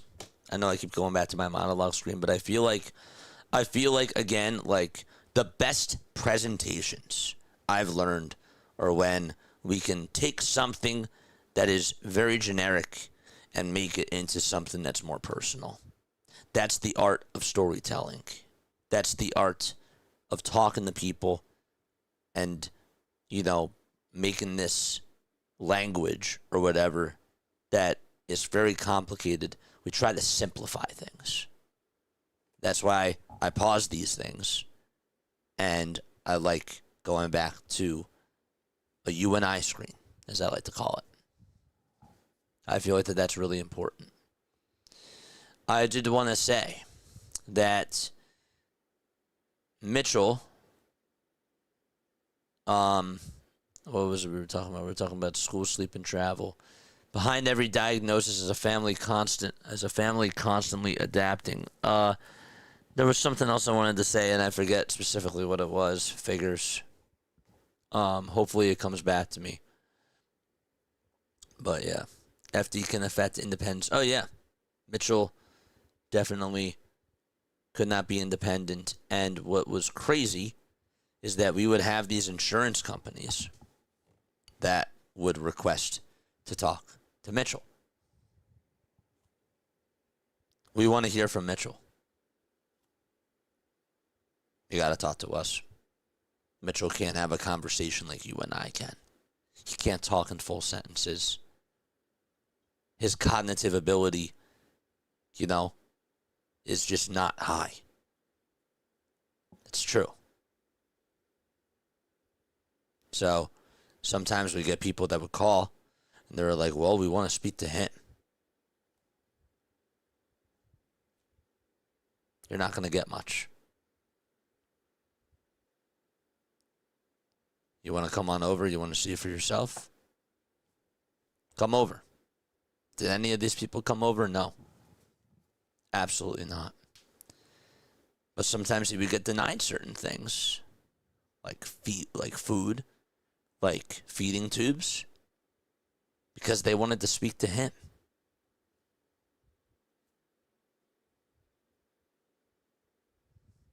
That's the truth.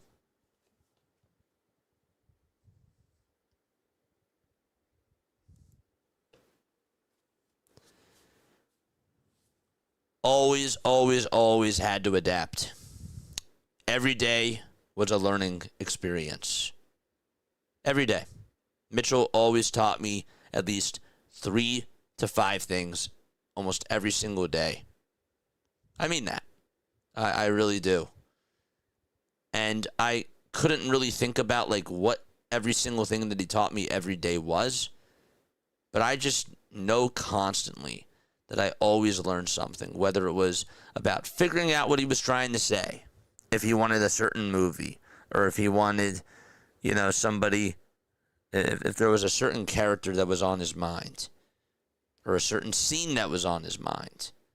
Learning his language was always something that you learned about every single day. And when he would come up with new words, I always loved that.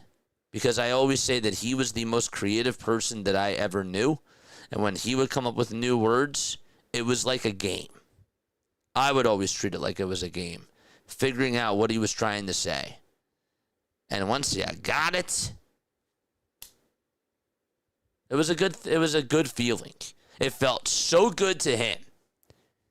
And it obviously felt really good to the people that were trying to understand him. Imagine this. Okay. You're speaking a different language to somebody else, right? You're trying to communicate with them. You're not getting on the same page. You can't figure it out what it is that they're trying to say. Once you figure it out, it's like, gosh, we did it. We solved the problem, and now we understand each other. And that is what makes the connection grow even more. Love language to me is something that's really interesting because that is something that you learn a lot about. In order for you to grow a bond with somebody, you have to be able to continue to develop a communication system with that person. And you as a communicator and you as a listener are always constantly learning from each other. And that is something that I always loved. When he would come up with new words, when he would try to figure out certain things to say, like when he first said radio, it was radio. Okay, what is he trying to say? What's the context here? Music? No, radio. Hunchback of Notre Dame. There was a song that he liked from Hunchback of Notre Dame. It was called Out There. He loved that song. That was on, or he would say Frollo. That's who it was, Frollo. So then I'm like, well, music, radio. Yes. Boom. It's like a light bulb goes off and you're playing charades. And then once you guess it, it's beautiful. It's a beautiful, beautiful thing. And he's happy, and you're happy. Because now we're speaking the same language. Now we're understanding each other. You know?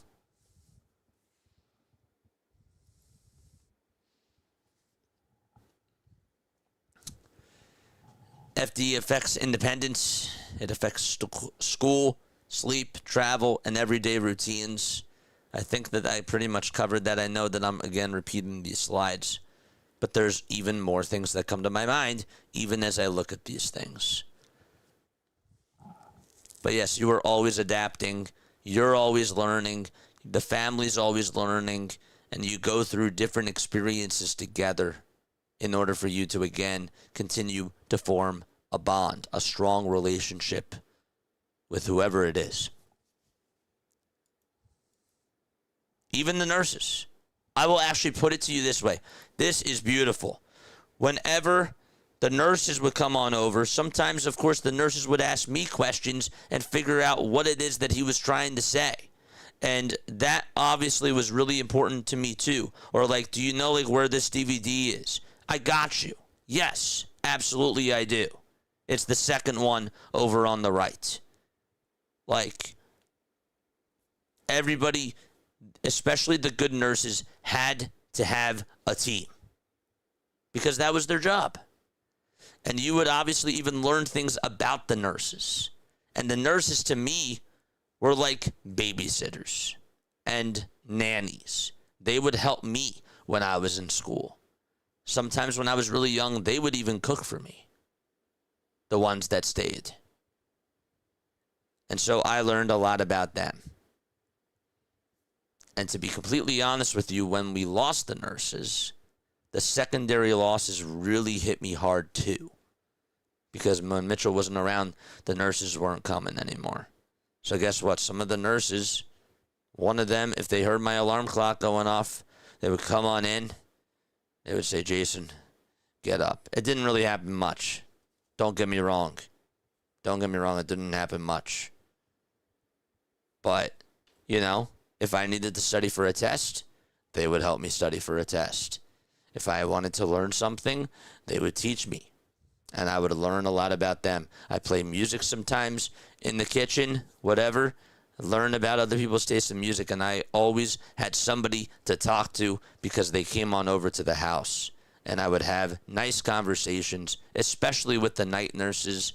I always liked talking to the night nurses, especially when Mitchell was asleep, because that was always a really cool thing. And I got a lot of human interaction. When Mitchell was gone, I lost all of that. I did. I lost a lot of that. And so when I'm on doing these late night things with you guys, part of me, honestly, now that I'm processing things, makes me feel like that I'm talking to you. Like I'm talking to the nurses. Just learning about them, learning about myself, reflecting on certain things, no matter what it was. And to bring it all back together, the point of the being, or the point of this conversation that I'm having with you, is not only did you learn about Mitchell when you were around him all the time, but you learned about everybody's strengths and weaknesses in everybody's personal lives as well. Sometimes that was a bad thing, and it was terrible, but then other times it was a really good thing. And for those people that stayed, you loved learning about them because they were like family. They were family. At least that's the way that I looked at that.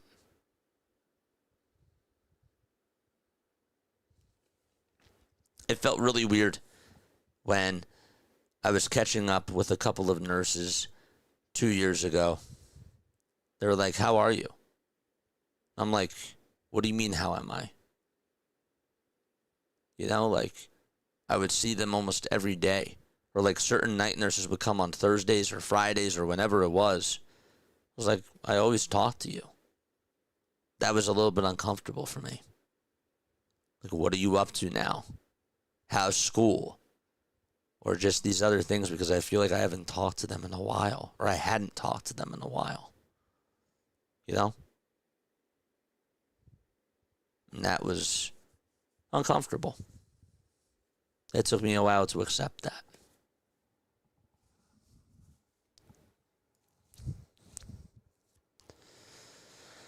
The diagnosis itself.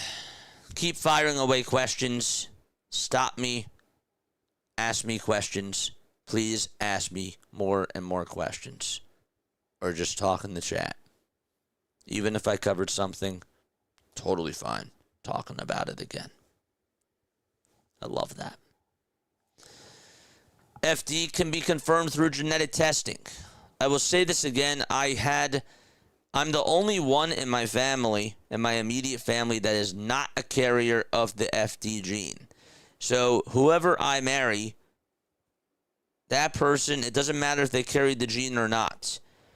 Both parents have to be carriers of the gene. It's an autosomal recessive gene, and there's a 25% chance if both parents have it, the kid that they have has a 25% chance of getting familial dysautonomia.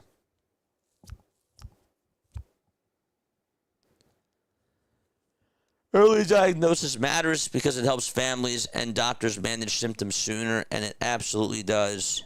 We know a couple people that were diagnosed very late, and with that, there were a lot of challenges, eyesight issues, more problems with the heart, more problems with the lungs, just to put it in the generic perspective. So other people got diagnosed very, very late that I personally know. And some of them had shorter qualities of life because they didn't know. And that was the truth. Other people got lucky, for whatever it was, health, environment. But I'm not saying that this is, you understand my point.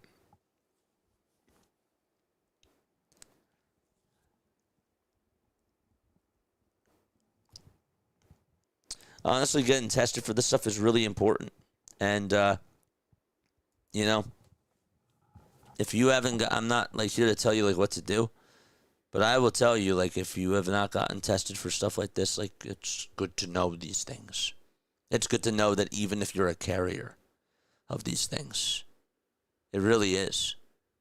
Not even just FD, but anything else that's genetic. You could literally be a carrier of this. You yourself could be a carrier of this, and you don't even know. That's the truth. So it really is important to get tested for these things. It is. It's good to know. If you have kids or grandkids,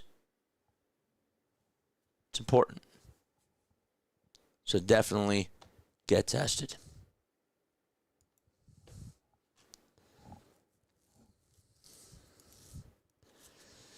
Treatment and management. Is there a cure yet, JJ? No, there is not a cure yet. Everything that they have done, for the most part, is basically focused on managing the symptoms and preventing complications. And there's a lot of different symptoms, a lot of different complications that these patients have to go through. So treating the symptoms is really obviously important. Care may involve obviously a lot of medications. And as I mentioned this before, Mitchell, my mom would say we had a pharmacy in our house, and that couldn't be more true. Sometimes we had 60 meds in our house. We actually did have a couple of nurses, not to get dark here, but we did have a couple of nurses that definitely stole meds. Yes.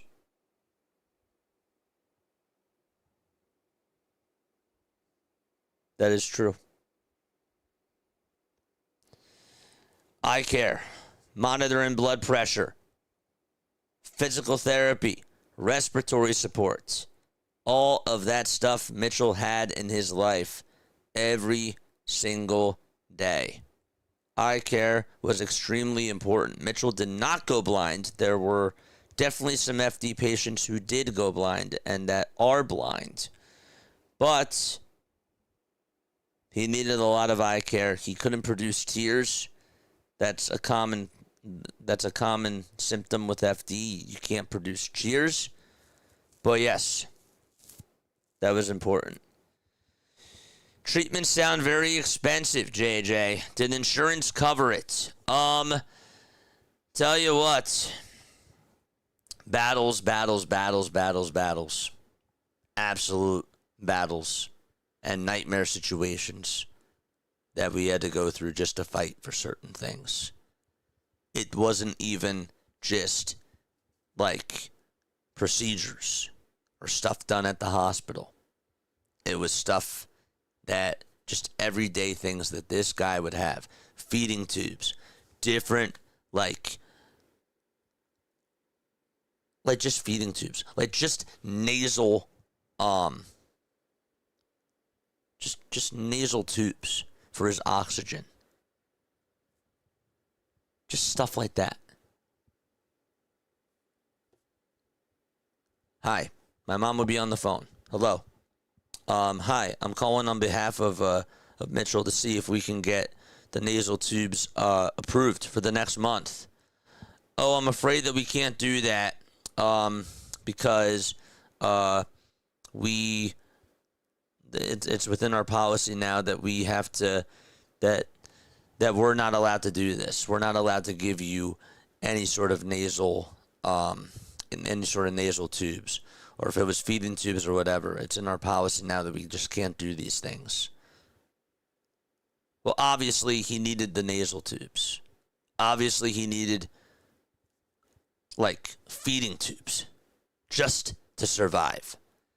And sometimes my mom would be on the phone for hours and hours and hours just trying to get this stuff approved, because these insurance companies would say even stuff along the lines of, well, he was doing great with them.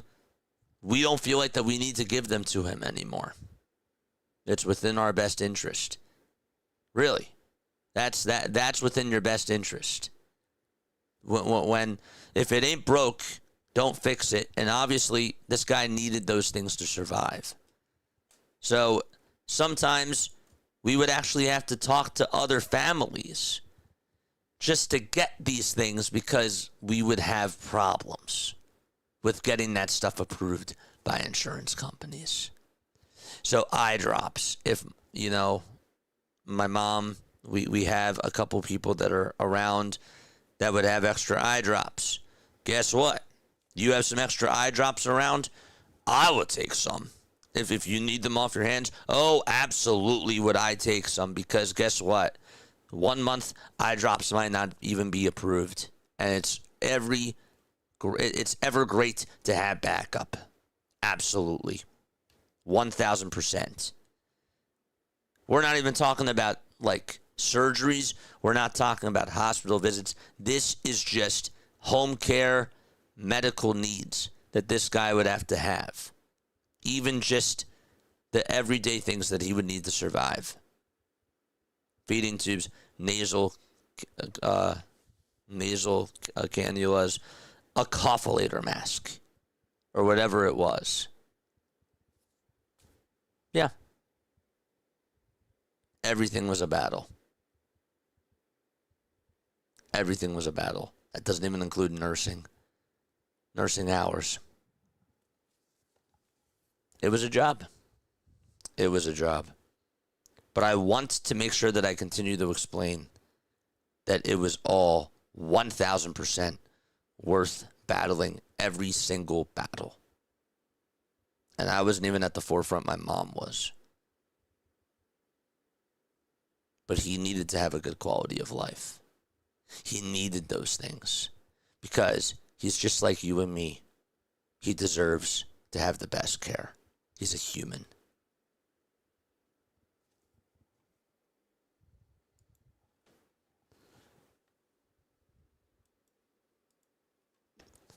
Keep firing away with more questions. Keep asking more things. Keep talking to me. And stop me at any point. We have 10 people that are still here. Obviously, if you're tuning on in for the first time, don't be shy. So we've raised over $3,300 so far. incredible. I want us to obviously continue to raise more. Actually, it's been over 3,500. Let me call it what it is. What are the $3,500 going towards? What is all the money going towards, Jason? A lot of it goes to research. Research, and that is why funding does matter. That's the main reason why. Researchers are studying treatments that may increase functional ELP1, which is the FD gene protein, and improve autonomic stability. And that is absolutely huge. We want these people to have more and more a better quality of life, and we want them to have a healthier life. That is the most important thing. Absolutely. Every donation and awareness effort helps move research forward. And obviously, we're going to get on into this in the next slide too. But what's really important, so obviously you know about breast cancer. You know about a lot of different types of common cancers. You know about common disorders, common dysfunctions, and common sicknesses, and all those things. And it's important to fund those. With that being said, though, something like familial dysautonomia, which is not so common, doesn't get a lot of funding.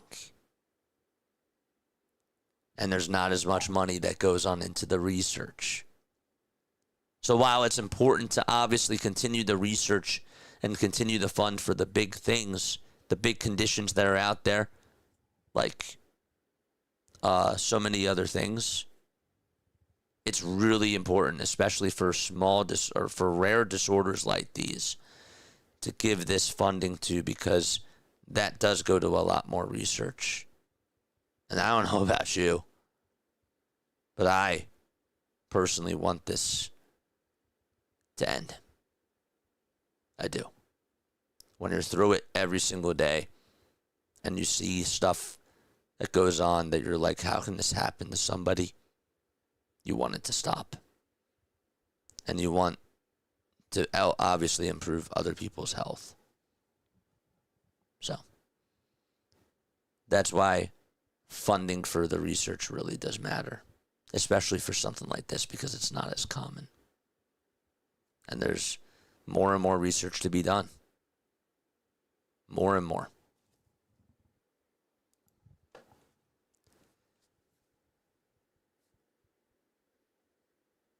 Potential approaches include gene-focused therapies, which is obviously really big too, and small molecules that target the underlying biology of FD. That's pretty much what I said.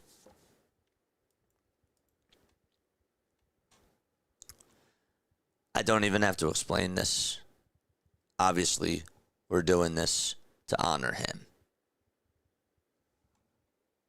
But I will tell you this.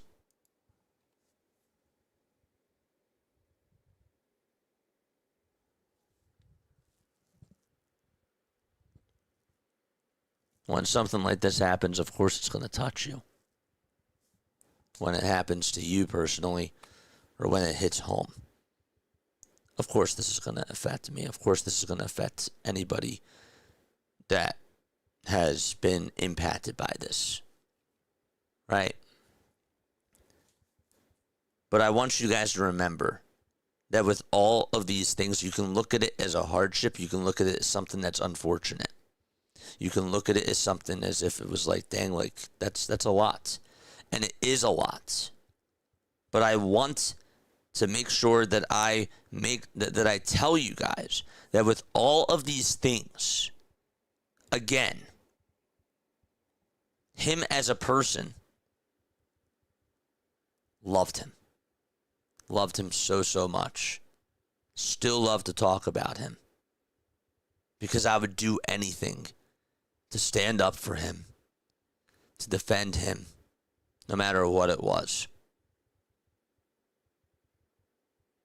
Because that was my brother. And why was he really important to me? Well, I grew up with him. When you spend a lot of time with somebody, the human constantly learns, even as a child. Constantly learns, constantly is trying to get better. constantly is trying to figure out, how can I make this person happy? What do I need to do in order to be a better brother? You're always curious. And honoring him is really important to me, because I'm sure that you've had people in your life that have been impacted by something. Michael even just talked about it. Michael talked about something that's been impacting him right now. It's impacting his way of living. When it hits home for you, it hits home. And it's important for us to be able to talk about these things, because there are people that feel really lonely. There are people that feel very isolated and afraid. And that's not fair. That's not fair. From a psychological standpoint, from a mental standpoint, it's not fair to them. They shouldn't have to be able to go through that alone, or be able to have to process that alone. And what I really want to turn my platform into is not just like, as much as I love sports, I want to continue to use sports as an outlet for stuff like this. Because we only have one life on here. And I always feel like, at least from my philosophy, that it's important to make the most out of every day. And help other people.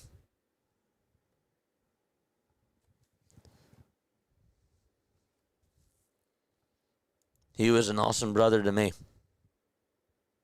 He really was. I was told at a very young age from one of his nurses, your brother, your baby brother, needs you to be his big brother.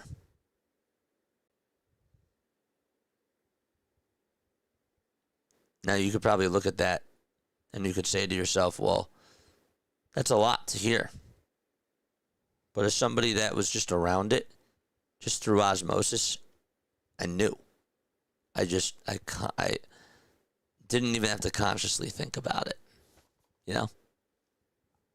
I knew what my role was. I always thought that, at least in my family, that I was the sponge. You know? I was somebody that was the baby of the family, and I was always learning. And if I had to take on a leadership role, I would step up. I would be on deck. But obviously, you know, I was always the one that would constantly learn, and then if I had to step up to the plate, I would. That's what I always felt like my role was, especially with how things were in the house. I have an older sister. My older sister had to be the older sister that I needed, and the older sister that he needed, for sure. And she took on a lot of responsibility. She really did. But if I did have to step up to the plate, I knew exactly what I had to do. And I made a lot of mistakes. I made a lot of errors. But I made sure that I learned from all my mistakes. You strike me as a very responsible person. I can't help but feel this experience played a part in that. Absolutely. Yeah. If you weren't there, well, like I mentioned this, like, the best way that I can put it, Larry. Okay. Center fielder has to take command of that outfield, right? Brandon Marsh, we can debate on whether or not he's a good center fielder, but a lot of people thought he was not good at taking charge. If there's a fly ball and it's hit out Brandon Marsh's way, or whoever it is that's playing out in center field, you might not get a fly ball hit to you until like the 6th inning, or you might not get a fly ball hit to you at all. But if that fly ball comes, you better be ready for it. Because if you don't catch that, and if it's catchable for you, that's your fault. That's your fault. Analogy applies here. If there was something that I had to be aware of, if the mom called me down yelling, Jason, I need you, stopping what I'm doing, I'd probably get off a stream and I'd run downstairs, grab the oxygen tank, because I knew that he probably got really, that his blood pressure was low or whatever it was. Change the movie, didn't matter what it was. Always somebody had to be there. Always somebody had to make sure that they did take responsibility, because it was life or death. It was literally, how do you problem solve? And you didn't have time to think about it. You had to react. Boom. Split second. Make a mistake there. That's on you.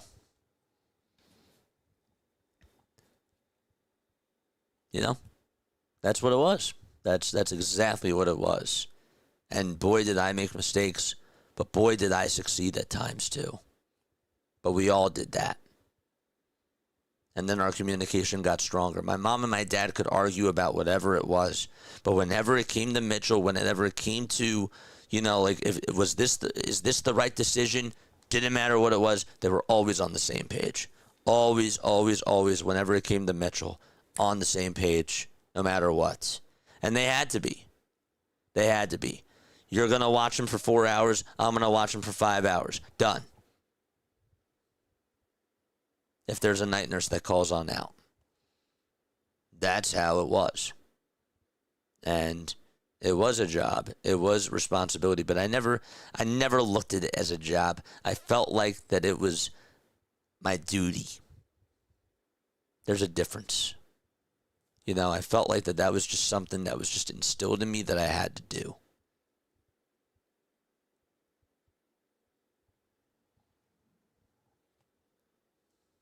But yeah,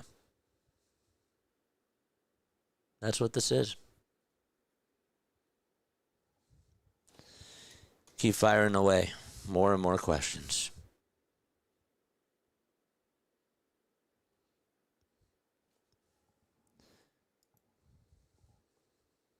But that's why this matters to me.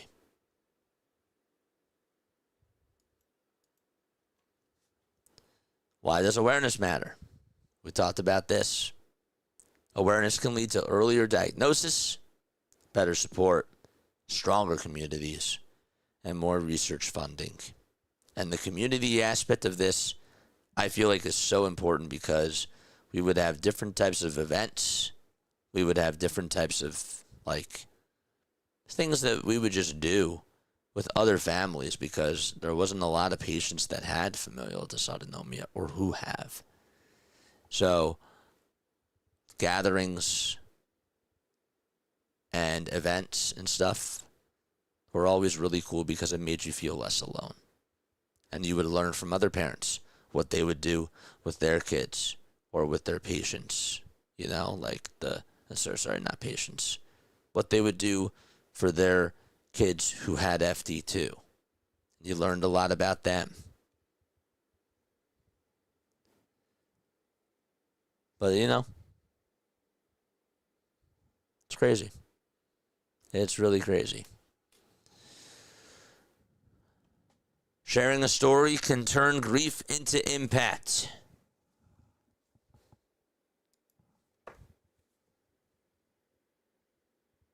And that's why I'm doing this.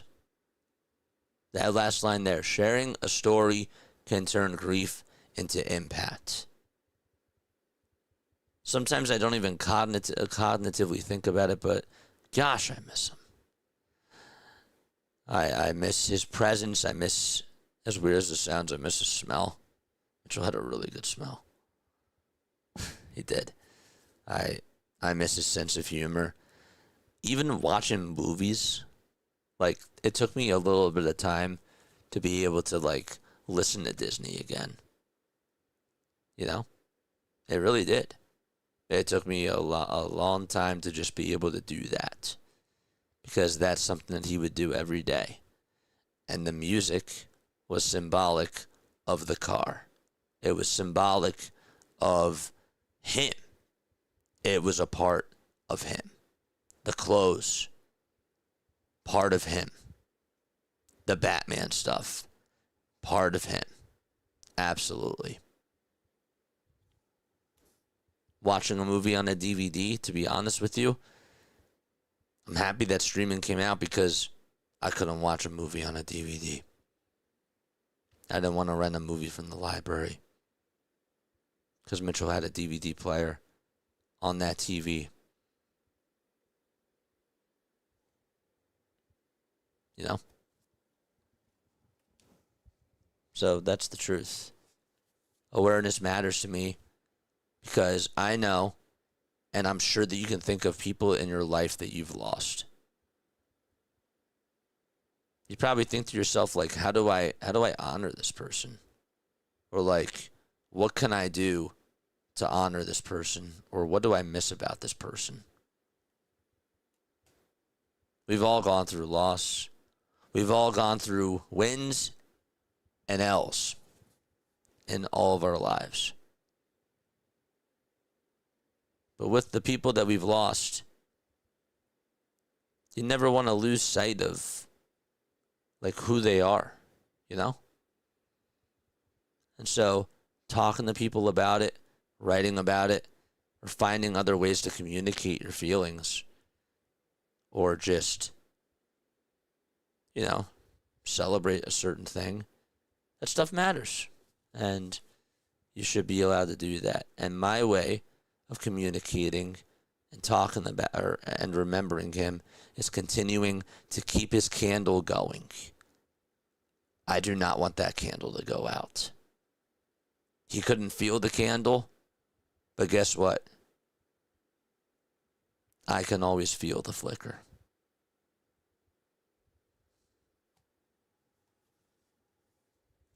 And that's a good thing. And that's what I want. I didn't have an experience like that, and I'm as irresponsible as they come. This is Larry. But this makes you better equipped than ever, or than I ever was for anything in life. And you know what? They always say that when you have something that happens to you, there's always something good that comes out of it. And it's all about perspective, right? A lot of things that people can look at and say, well, damn, that was really unfortunate that you had to experience something like that. And I didn't always look at it that way. It was a lot to deal with, but I always thought that I was the most luckiest brother because I had a good one.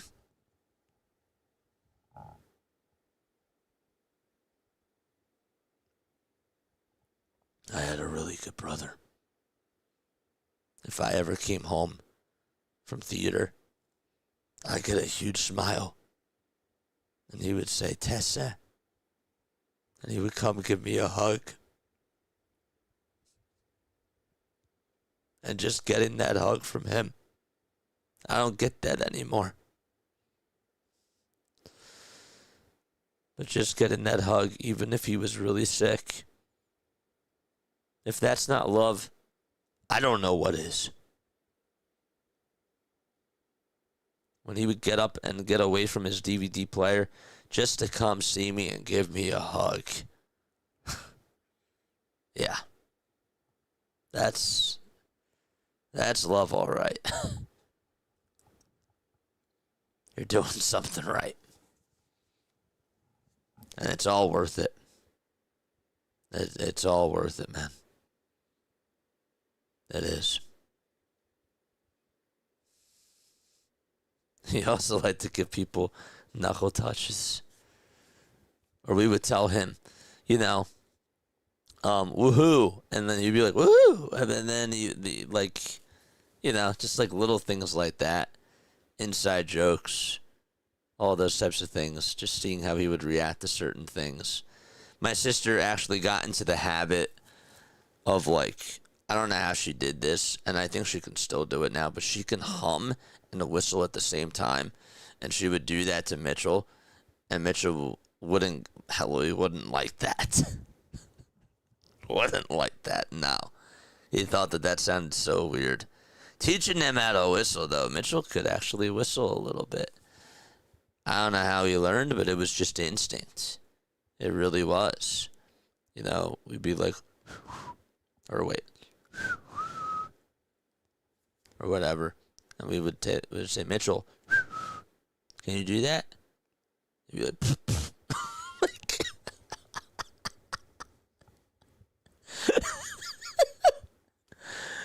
you know? And like when he learned how to do that, it was cool. It was a cool thing. David says, I understand that the last time I talked with my sister was the day the Eagles held their first parade. It was hard to not to think about her when the Eagles were playing. It took me a few years to pass that, and that makes a lot of sense. Because again, not to like make you like go through this, but just again, put the shoes on the other feet. And I'm telling this to myself, I'm telling this to you guys. Imagine again, you have a sister, you're with your sister a lot, you see her whatever amount of times a day, there's only 24 hours in the day, and you just do the math. If you spend 14 hours with your sister one day and you spend like whatever amount of time it is, and you do that every single day or for most of the days, and the Eagles are on, you know? The Eagles could be winning, the Eagles could be losing. Doesn't matter how the day is going. The Eagles are just constantly on. It's just a little thing. You might think about it as a little thing, but it's a big thing. Because whenever those Eagles are on, guess what? You see your sister in the best moods and in the worst moods. And it doesn't matter what mood she was in. The Eagles were always there. And when your sister, I don't know how old she was or anything like that, but imagine just for like 25 years, like you would watch Eagles games with somebody and they are just gone. That's tough. Because guess what? The Eagles, in that sense, represents something else that was lost. There was magic in there that was just, you know? And how do you process that? Makes a lot of sense. When the Disney movies, when Mitchell was there, the Disney movies were always there too, but the experience of listening to them wasn't the same. I'll put it to you this way. Do you know Tom McCarthy got so much heat, when Harry Kalas passed away? And Harry Kalas was not the announcer of the Philadelphia Phillies. And Tom McCarthy comes on in, gets introduced. He got so much heat for it. And do you know why? Because he wasn't Harry. That was part of the main reason why. He wasn't Harry. Harry Kalas was the voice of the Philadelphia Phillies for so many years. And once Harry was gone, people grew up listening to Harry in the summertime. People grew up listening to Harry when they were kids, when they were adults, and they would listen to the Philadelphia Phillies. Sometimes they would listen to them for 30 years. And when Harry was gone, people looked at Tom and they were like, who are you? You're not Harry. If I ever go onto RB Stream, you're not RB. And people just get turned off by that because it's an adjustment.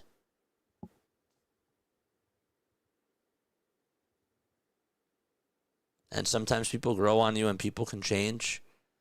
Sometimes people just don't like you, period. But a lot of people had to get used to that. And Tom definitely took a lot of heat for that.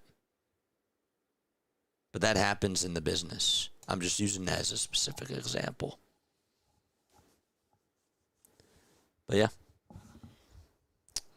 Still got 11 people viewing on in. Thank you so much for being on here. It means the world to me.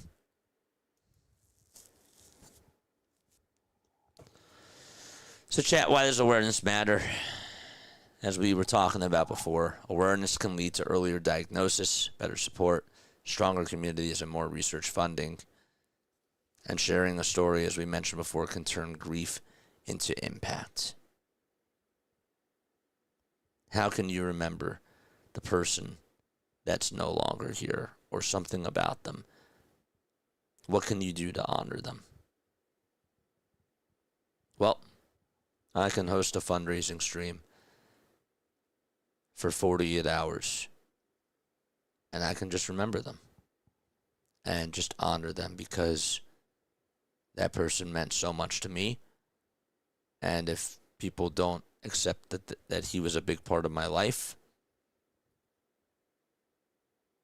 then we're going to have problems. You know? Because he's a big part of me. There's a lot of things that I stand for because of him.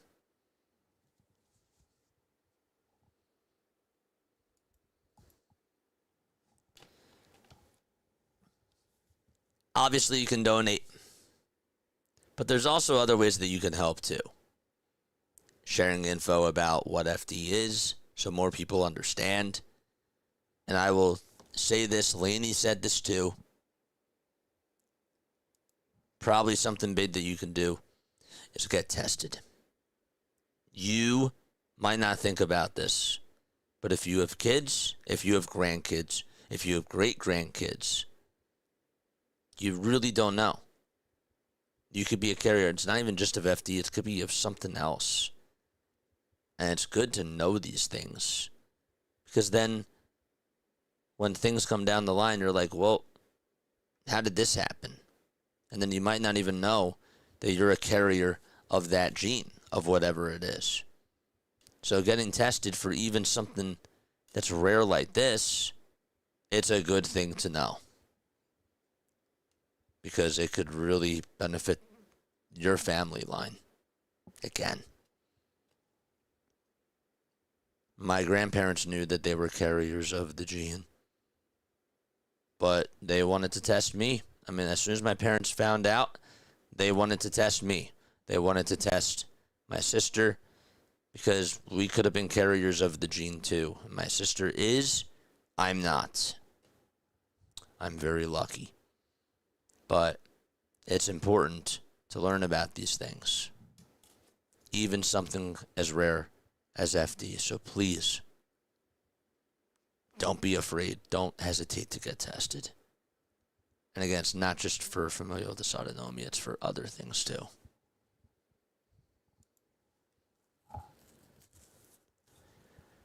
Support families affected by rare diseases with compassion, patience, and attention. Sometimes you don't even know what somebody is going through. And if you see something that's wrong, don't be afraid to do an act of random kindness. I'm not perfect, but I will always remember my mom was, dropping me off from school. I slept in. I didn't get up on time. And she drove me to school. Okay. I was running late to my class. My mom did not like it when I was late. But I'm watching, I get out of the car, and there's this person that's in a wheelchair, wheeling themselves into the building. I gotta hold that door open. I gotta hold the door open. My mom couldn't yell at me. My mom couldn't be mad at me for doing that because that's called being a good human being. Something as simple as holding the door open for somebody is just figuratively and literally, it could really make a difference. It really could. It can make an impact on that person's day. And at least for me, when I help somebody or when I do something like that, I do feel good. Because I feel like I'm giving to somebody that is in need. And that means a lot to me. When I went to Israel too, and again, I'm not like trying to say that I'm a perfect angel and that I do things right. No, that's not the point. The point is, even doing a small act of random kindness, it does go a long way. It just does. So, when I was in Israel, we were at the Israeli Holocaust Museum, Yad Vashem. We just got done with doing the tour of Yad Vashem. And we were going back to our bus. I was going back to my bus. And there's this girl who, as the group is walking back to the bus, everybody's getting on. People are filing one by one. I am ready to step onto that bus, and I look back. I don't know why I looked back. I looked back, and this girl was crying. She was crying. Do I know this person? Absolutely not. Get off the bus. Something was telling me that I had to go hug her because she seemed like she was in need. She seemed like she was a really nice person, and I could just tell from instinct that she just needed somebody to give her a hug.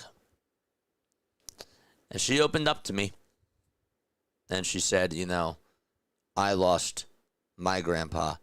He was a Holocaust survivor, and this was a lot for me to deal with, like going through that. So thank you for the hug. And I said, well, it looked like something wasn't right, and I just wanted to let you know that it's okay. It's okay to cry. But I didn't want you to feel left behind. I said that. And she said, thank you. That's really nice. Especially in a world where, you know, people right now, like when we were looking at our phones are blessings and our curses.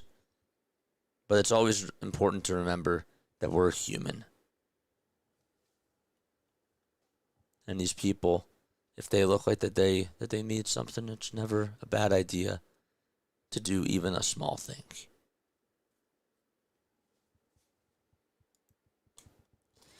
This is going to be easy for me to talk about. So my wife is going to jack me up later for staying up so late. So when all these people ask me, where did I get the black guys from? I'll tell them a podcast fundraiser on FD. But you know what? It's worth it. There was one nurse that would tell me, I can sleep when I'm dead. And what she meant by that, I don't know why it stood out to me, but it did. But what she meant by that is sometimes, even when you're tired, when you're mentally tired, staying up for something like this or staying up to see something that is special or unique, sometimes that rejuvenates you more than even sleeping. And sometimes that even goes a long ways because you're able to process things and you're able to understand and you feel relaxed. Or maybe not necessarily relaxed, but you're learning. You're learning from other people. You're learning about yourself. And you're trying to be a better person. My grandma always made time for me. I had a great grandma. Not a great grandma. I mean, I did have a bubby. But I had an awesome grandma. My bubby passed away when I was really young. But my grandma, it didn't matter if she had to do whatever it was. My grandma always made time for me. She cared so much about me. She could have to write checks. She could have to pay certain bills. But whenever the grandkids were over, the time with the grandkids was really special to her. And, you know, like she would really enjoy watching baseball with me. She learned about baseball from me, and she would actually read the newspaper, chat. She would literally look at the newspaper, and she would tell me, even on the phone, the Philadelphia Phillies are 89 and 60.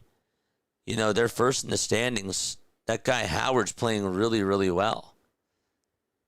And this is somebody who never watched baseball until she noticed that I was getting on into it. Or like, my sister loved reading books.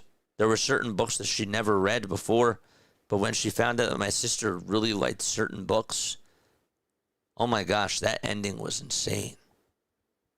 And she would read books with her. She'd play Scrabble with me. she would watch movies with Mitchell. She did. She did that because she made time for her grandkids. And the point is that it doesn't matter like what it is. Love is love, and relationships are important. They just are. You only get one grandma. You only get one mom. You get one dad, for the most part. For all parents, whatever. The bottom line is that life is precious. Life is really precious.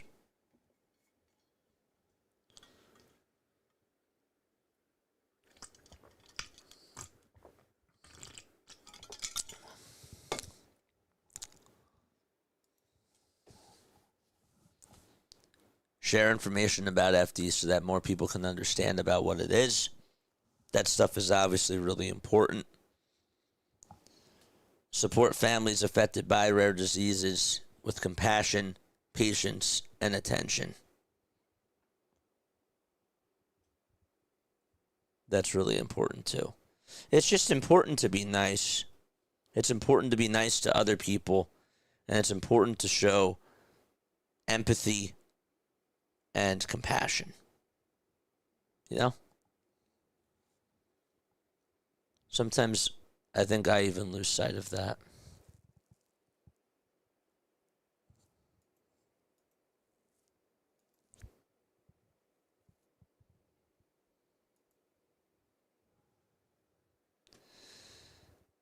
And that right there is my presentation. I'm hoping that you learned something about FD. I'm hoping that you learned something about me. And I'm hoping that you learned something about Mitchell. You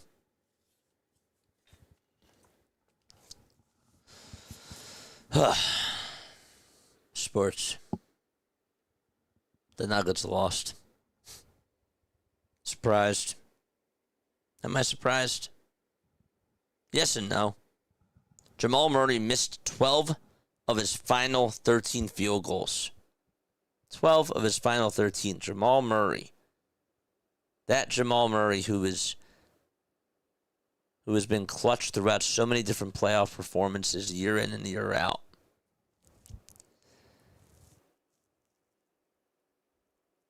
After winning the title in 2022-2023, they lost in the second round back-to-back years. And then, they lost in the first round this year. Interesting. I'll never feel like I'm watching a stranger on play-by-play anymore. Well, that's good. That means I'm doing my job. And again, what I love so much about this platform is that no shots fired or anything at the broadcasting networks, because obviously TV is cool. TV is so cool. Radio is so cool. But I will continue to say this. If anybody contacted me, and I will continue to preach this out there, if anybody contacted me and told me they have a job for me, like they have something that's lined up, we want you to be there. If they told me that I couldn't do this on YouTube and that I couldn't have a live audience, not taking it. I don't care about what the situation is. My community has to be there with me. And it has to be fully me that they're going to get, because storytelling takes it to a whole nother level when you're talking to people or when you are able to relate to other people. Harry Callis, Vin Scully, any great announcer would love to have an audience, a live audience, and just be able to interact with people in real time. And do you know why? Because you guys You guys are the color commentators. You guys are a part of the story. And people love stories. That's why sports is a really interesting outlet. Because there's so many stories. There's so many things that go on in this utopia or whatever universe you want to call it. It's a getaway from life. It's supposed to be a form of entertainment. But there's things that we can just wrap our heads around and we can say, you know, like that makes a really cool story. And in every story, there's characters. There's villains. There's heroes. There's featured cast members. There's all different types of things, all different types of people. But one of my favorite moments in theater, in live action theater, or even in the movie, was when somebody would break the fourth wall and talk to the audience or look at the camera and talk to you, because that goes a long ways. Psychologically speaking, when somebody is looking at you at the camera, you pay more attention. You just do. And you're getting the audience involved. And when you get the source involved, or when you get people in the audience involved in whatever it is the story is, they remember that experience. And they remember who you are. That's why when I do a presentation, or when I'm doing something like this, I'm not a character. That's the one thing that I have to separate when I'm doing this. It might seem like that I am a character, but I want to make sure that I remember that I'm talking to you as we're in this world together, as we're experiencing something together, because you're a part of the story. When I'm doing my streams on here and I tell people, where are you tapping on in from? I always like to highlight people's chats, and I always say their name. Always say that person's name. Always say where that person's tuning on in from, because those people have a voice. Those people are seen. And some people just love it when they are seen and when they are listened to by other people. You know? And that to me really matters. I want to make sure that people are here and that they feel like that they can connect with me and with other people in my chat and not feel alone, and feel like that they can actually come out of their shell. That's the most important thing to me. I want people to feel like that they're a part of something. And going back to the whole TV and the radio stuff, streaming does that. TV and radio, they don't have that connection. There's a connection, but it's not as strong. It's not. Chua, thank you so much. JJ, how are you and your family doing today? We're doing well. 41 hours. 41 hours. And yet we're still going. We're still going, man. Thank you so much for tuning on in, Chua. But does that make sense? When you say that I never feel like I'm watching a play-by-play announcer or a stranger on play-by-play ever again, that's a really big compliment to me, and that means so much, because I try to be a people person. I might not be the best in big crowds, but I do like learning about people, and I like being able to have one-on-one conversations, and I feel like I get to do that when I'm on here. I feel like whenever I'm doing a Phillies game, am I talking to a bigger group? Yeah, absolutely. But another reason why I love doing these other games, like doing these out-of-market games, is because I can have more deeper conversations with people, and I can do more things. I am so happy, so freaking happy that I was able to play the documentary of Mitchell whenever there was a rain delay. I'm telling you, I will continue to say this. I did ask ChatGPT. ChatGPT doesn't always have the answers. ChatGPT, when I asked ChatGPT, should I play this more than once? They said no. You shouldn't play this more than once because you don't want to repeat yourself. And I said, well, actually, maybe it's not a bad idea if I do play this documentary more than once, or if I play Lainey's interview more than once, because think about it. I'm playing this at one time at 9 o'clock in the morning. There's only 12 people that are tuning on in. And then, 12 people is great. Do not get me wrong. I love that 12 people are tuning on into this. But as the day, people work. People are in school. And then when I play this at nighttime and I get different eyeballs on this, well, people didn't see it before. And then what ended up happening today is that the YouTube algorithm obviously is going to continue to push me when it comes to doing sports, because that's just how the algorithm works. But I thought this is a perfect time to just be able to play this documentary, because we had 118 eyeballs. And did the 118 eyeballs probably see it? Probably not. But a lot more eyeballs did. And you got to take advantage of those opportunities. And I'm so happy I did that, because I feel like that more people... I got the most comments on, wow, I didn't know that about Mitchell. And now that opens up another conversation, because maybe more people are going to get to know me better rather than just a play-by-play guy.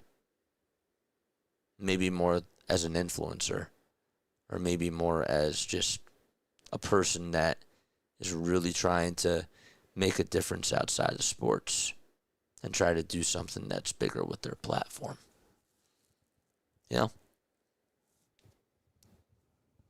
So.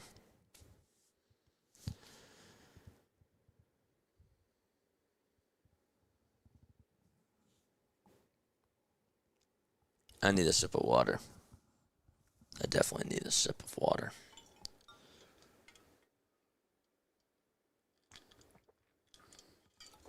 What's up, Chua? How's your day going so far? It's good to see everybody on here, man. We still got 12 people tuning on in. That's unbelievable. That's insane. Let me ask you this. And again, if you're, away from the keyboard, that's fine.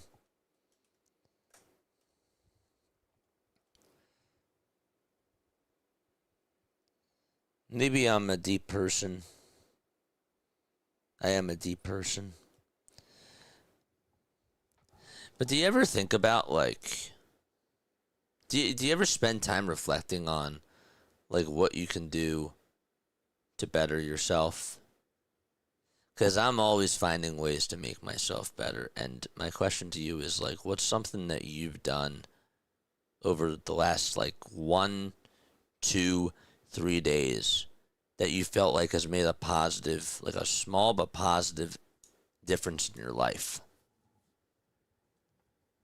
And if you can answer that, that's cool. I'd like to know. Well, since we're having this little chat now, can we revisit the topics of showing Mets and Cowboys fans respect on here? Okay. Now that we're opening up this can of worms. Okay. How can I put this?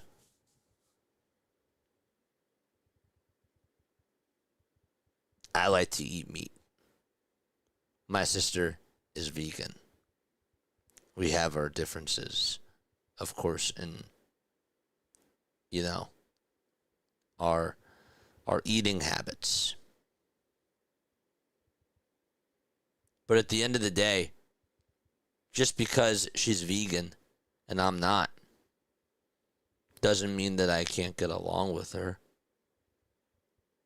Maybe somebody's a Cowboys fan, but I see them as a human and I see how they treat somebody, and they seem like that they're a good person. I don't agree with you being a Cowboys fan. I don't like the Cowboys. I don't like the Celtics. Heck no. But if I see that you're trying to do something nice, like an act of service, or if you're just out here in life trying to, be able to find something, I'm going to vibe with you. Now, when we talk about the Cowboys and when we talk about the Celtics, or when we talk about the Mets or stuff like that, I ain't going to root for the Mets. I hope to God that we beat your butts. Absolutely. Lumbaugh, perfect example. Other people that are on here, great example. My friend Justin, he's on here. My friend Justin, when I first met him, he said, ew, you're a Phillies fan? And I'm like, ew, what the heck? You're a Mets fan? Because he was wearing his Mets jersey, or it was a Mets hat, or whatever it was. And I'm wearing my Phillies hat, and we're just like, ew. And then we're talking, and we're like, yeah, like, we're getting into these debates, whatnot, and we're having these conversations about why the Mets are terrible. And then he's talking to me about, like, why the Phillies are terrible, and we're having this whole debate back and forth. And I will always, of course, not like the Mets. No. But if you're a good player, like Freddie Freeman or David Wright, then you're a good player. I hate to admit it. But damn, Sidney Crosby is a great player. I hate facing Sidney Crosby. I despise facing Bryce Harper when he's on the Washington Nationals. I despise facing Dak Prescott, and I cannot stand those dark blue jerseys or just the blue stars that are right there with the whites. Ew, ew, ew, ew, ew. It's disgusting. But ultimately, as that is disgusting, I must say, I can still not root for your team, but I can still at least say, you know what, like, if that person was on my team, I love them. But they ain't on my team. Not everybody is going to be able to control that sort of stuff. And that's okay. You might be on the wrong team that I don't root for, but I'm still going to love you. I'm still going to not love you. I take that back. I'm a little bit tired, but I'm still going to say, you know what, it is what it is. It just is what it is. My day's been rough because the phone died, so I can't even post stuff on Discord anymore, says Chua. Well, I'm happy that you're on here. I'm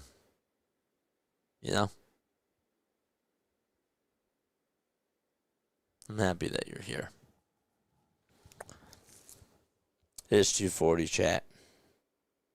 It is 2:40 a.m. I think it's getting to be that time. I do. I think it's getting to be that time of the day.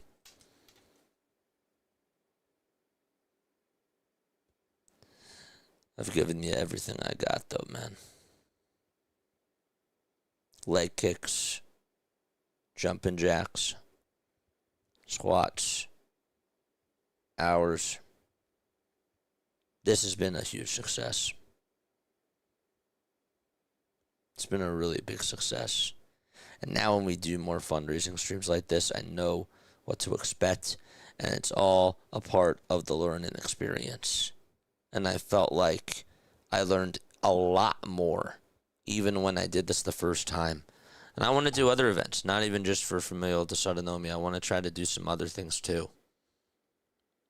But there's goals, And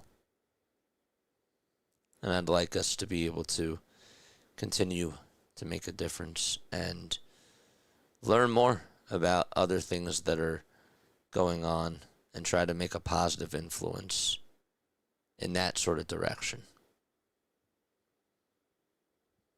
That's what I've learned from this. I've also learned that I have the best, and I'm going to curse right now, I have the best fucking community out there. I do. I have the greatest freaks ever.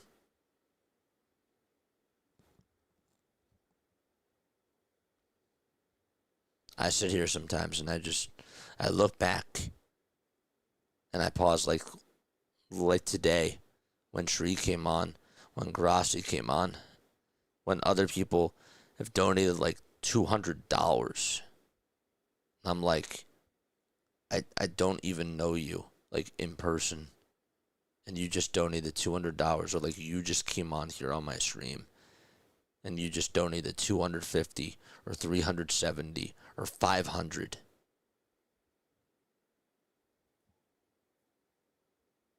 How can you explain that?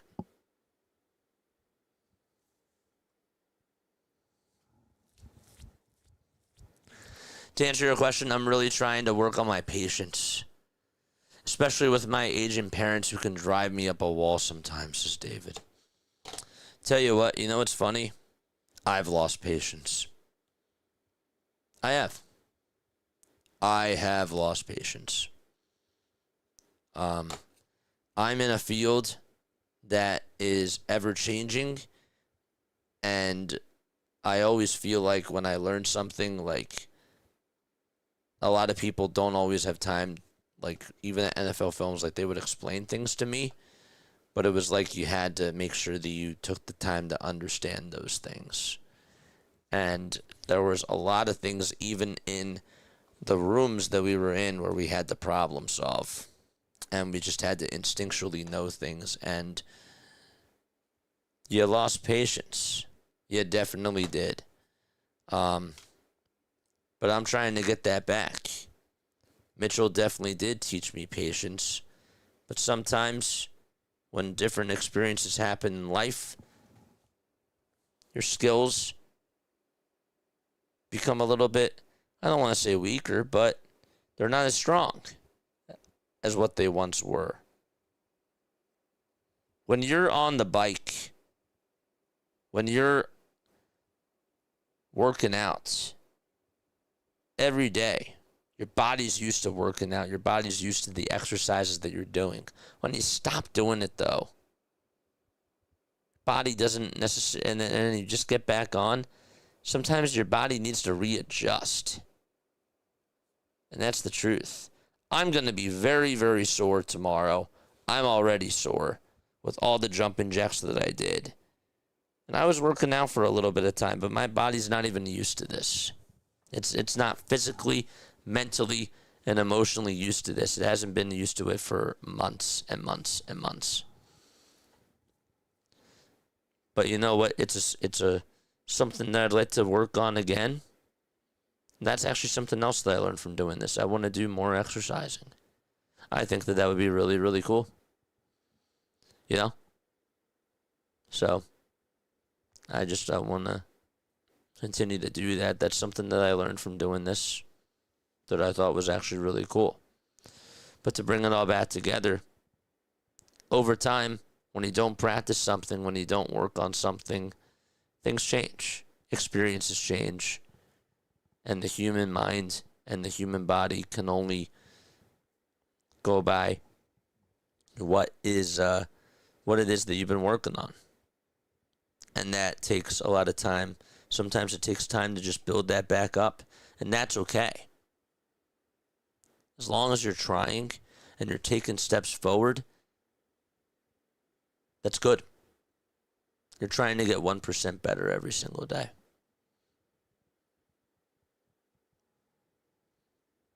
That to me is really important. Thank you so much, Chua. I appreciate it. I'm just so happy that we're honoring him.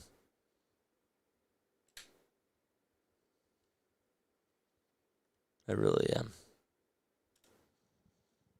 The wind down at night is always a really cool thing. It's an underrated thing. If you're here for it, it's great.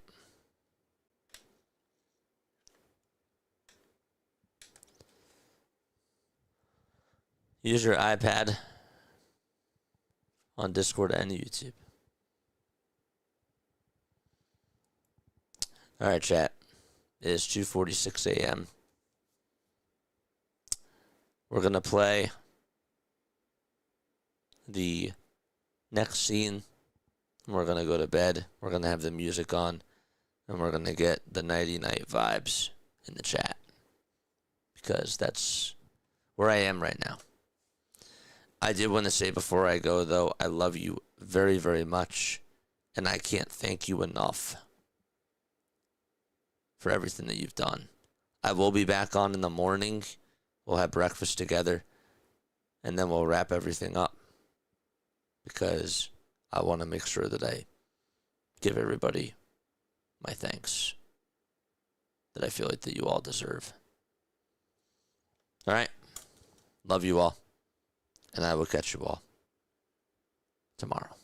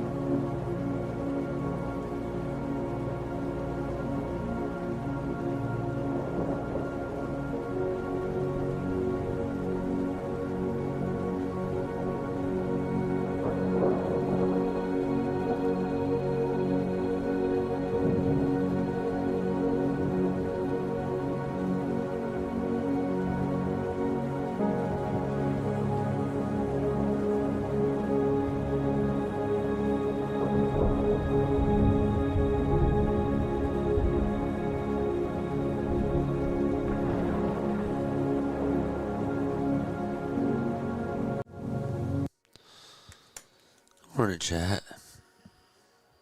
Good morning, chat. Hi. I'm sore. My throat is sore. My legs are sore. But it's all for something that we did that I will always remember.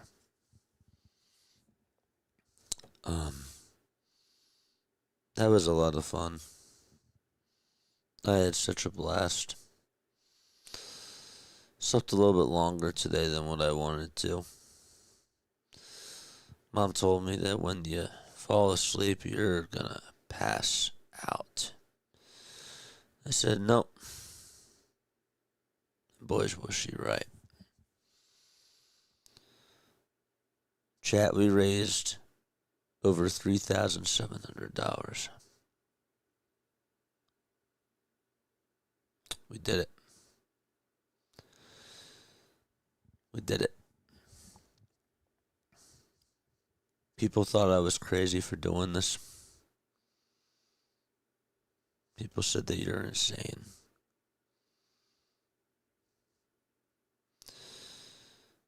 We can do so much, man. I learned a lot from this. And I'm so happy that we did something like this. Because I feel like that we can do so much more. We have a lot of power on here. And that just makes me so happy. It's like once you do it for the first time, you see like what it's capable of. You see what you can do. And then it's like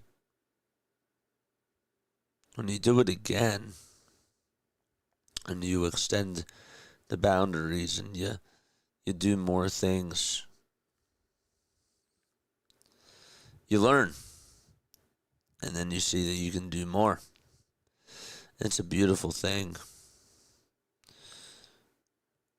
First I thought, well, I didn't really give much people as much notice as I did the last time. I really didn't. How's this going to work? Can we actually do this? And the answer to that was yes. My Philly freaks, my freaks in general, they showed out. And I'm so proud.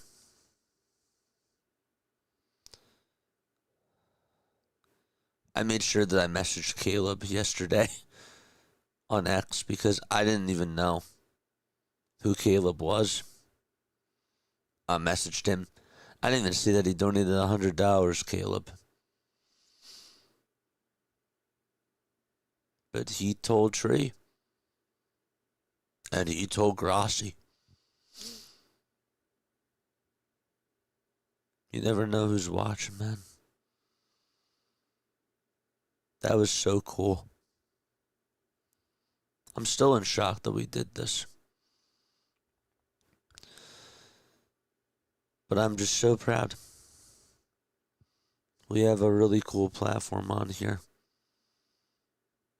And it's only going to go up. It's only going to go up and up and up. And we did it for a really good cause. $3,700. That's pretty good. That's pretty good for 2 days. The 48-hour stream is going to end. But obviously the fundraiser itself is going to continue. Phillies play tonight. Yes, I'm showing up for the Phillies game. It won't be another option 3 Rhino.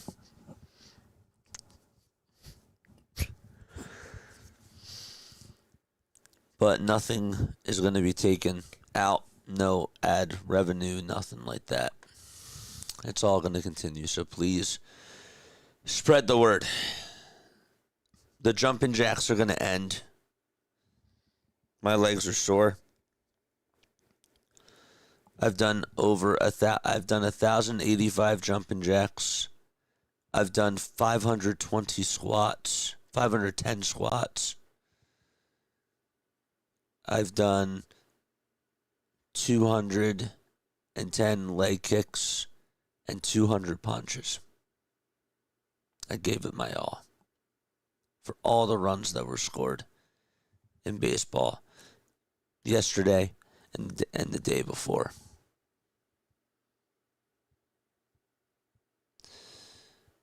If we do get to 5,000 this weekend, are we still doing SpongeBob impressions? Absolutely.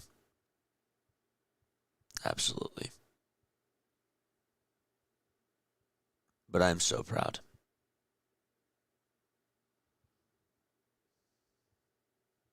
I'm so proud.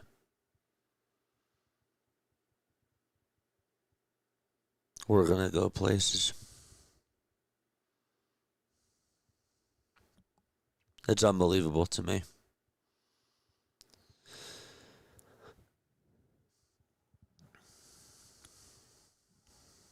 Well,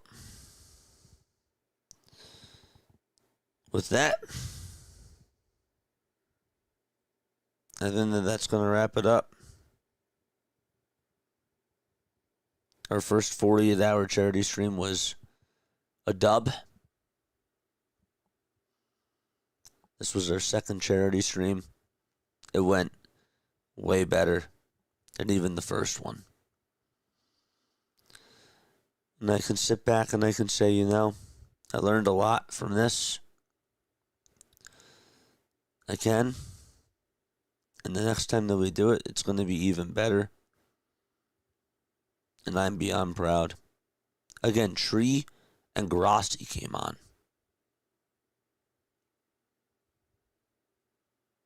And we had people that donated like $400, $300. Unbelievable. Caleb, I don't know if you saw my Twitter post. I had to make sure that I personally reached out to you. I did. First and foremost, I didn't even know that you donated $100. I don't know why. I don't know why I never got a notification on OBS. But now the lesson is learned that I got to keep YouTube open. Second of all,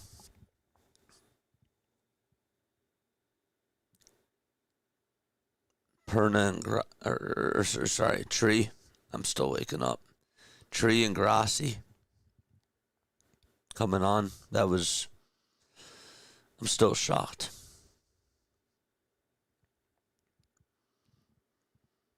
That was really cool. That was really cool. Now, before I do go, I do have to make sure that I play the documentary one more time. We're at the 11-hour 33 marker. That'll take about 18 minutes. And then we'll be at the 11-hour 51 marker. And then I'll make my closing wrap up. But I have to make sure that I play it one more time. 11 people on, a new set of eyeballs. Gotta make sure that I do that. You guys are incredible. I have a whole list of everybody that I wrote down. If I can ever find my paper, I'll find it during the break. And I'll make sure that I shout everybody out. What a success. Beautiful stuff. And we're still coming on for that Phillies game tonight. Of course. Are we doing jumping jacks anymore? After 1,085, I say that I'm pretty sore. But for those of you that haven't seen it, one more time, this is my documentary that I made when I was in high school on my brother. Cheers.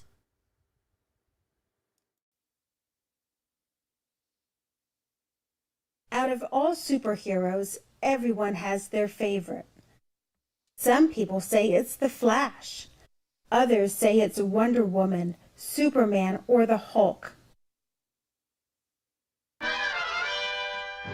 But there's no dispute for Mitchell Joseph. It's definitely Batman. He loves the Batman movies. All-time favorite is Batman. Batman. He loves Batman. Started out as Batman and still is Batman today. If Batman is ever coming to the JCC or any other place that's local, we'll get Mitchell outside of the house and we'll have him go interact with Batman because he loves Batman. Mitchell Joseph, who's 25 years old, is a huge Batman fan. He has an enormous array of Batman movies, collectible items, and clothes. Batman gives Mitchell an ability to live a full life of adventure and excitement. What many people don't know is that Mitchell was born with a Jewish genetic disease called Familial Dysautonomia, or FD. Familial, which is genetic through the family, and dysautonomia is the dysfunction of the autonomic and sensory nervous systems. This means that he cannot feel temperature or pain in his body. Mitchell's disorder has many symptoms, including scoliosis, unstable blood pressure, and the inability to produce tears.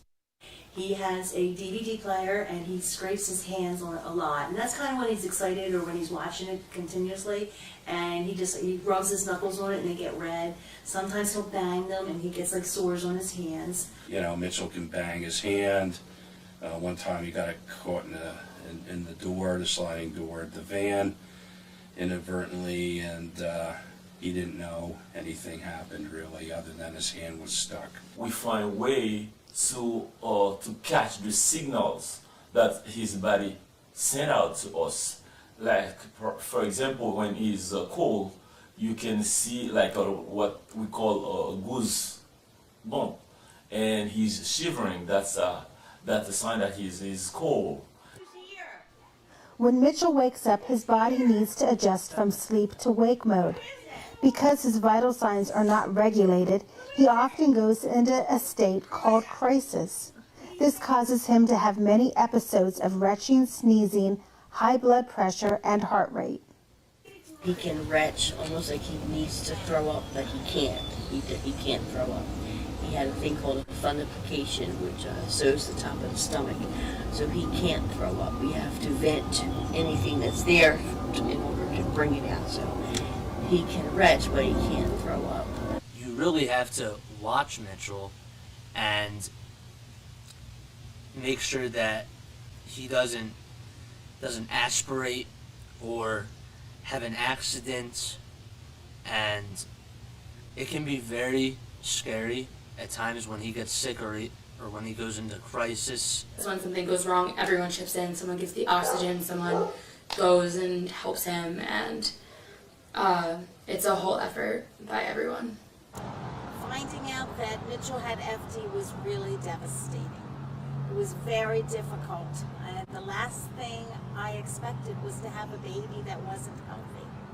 And it was really difficult because we were very scared, not knowing what was going to be for his future. We had to learn what to do, what to deal with, what it really meant, how do we take care of him. All those things went through our heads. Since Mitchell cannot swallow food from his mouth, he uses a feeding tube. Next to Mitchell's belly button, he has another button that is used for medication, hydration, and nutrition. That's right. His feeds is a puree and a formula. They're to like give him nutrients and to keep his body fed.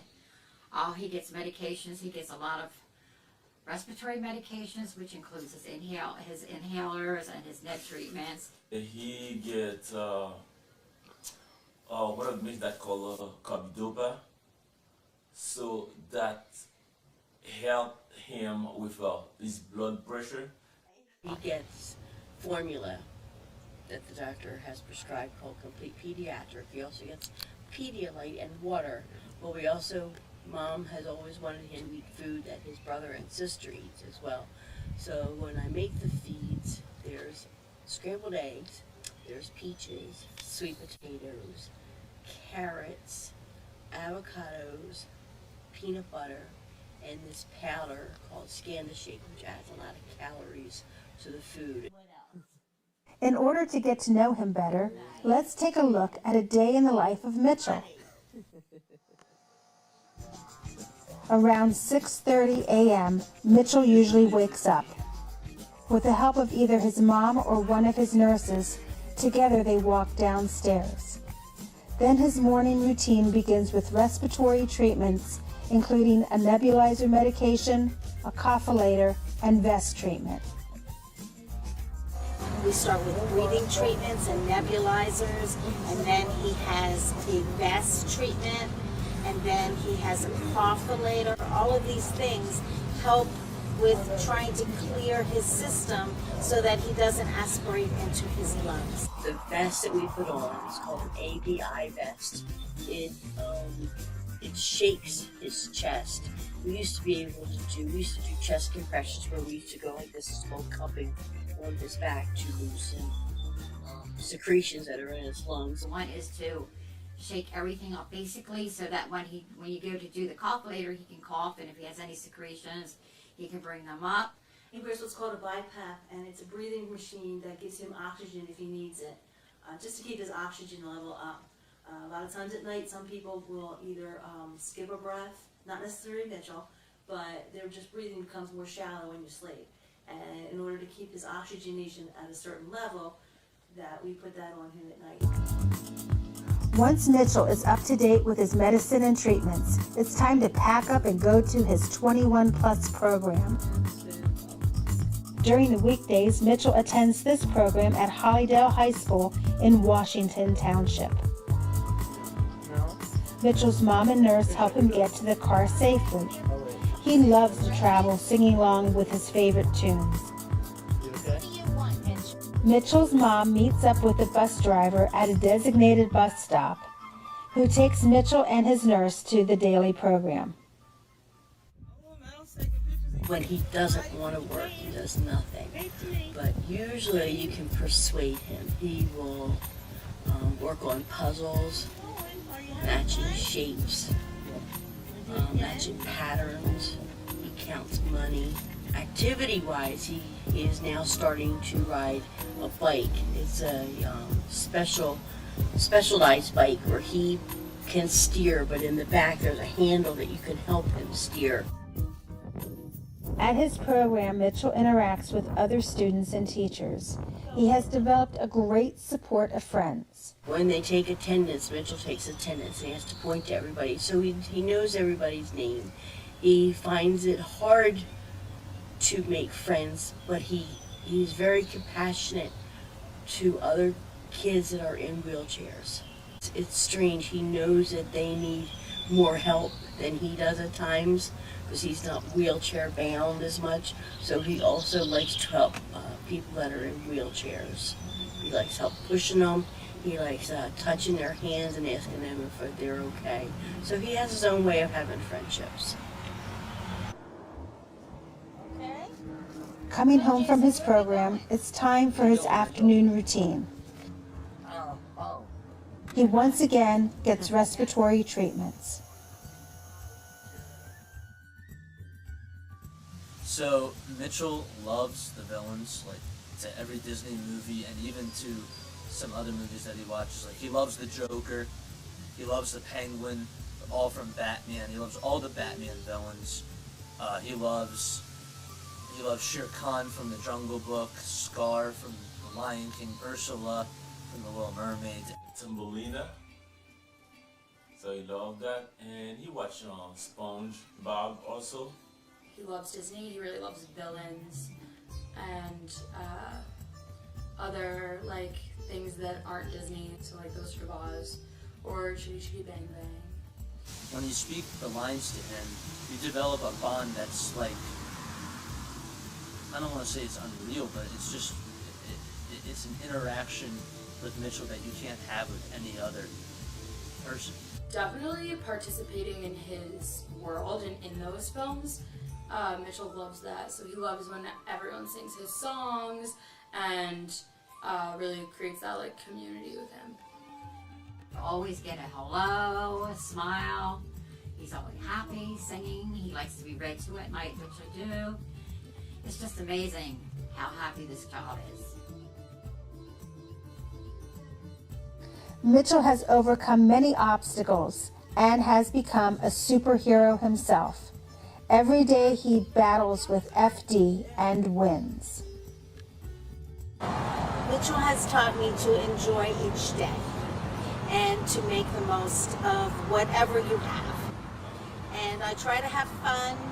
It's hard to be a caretaker and a mom. That's one of the most difficult things that goes with this for me.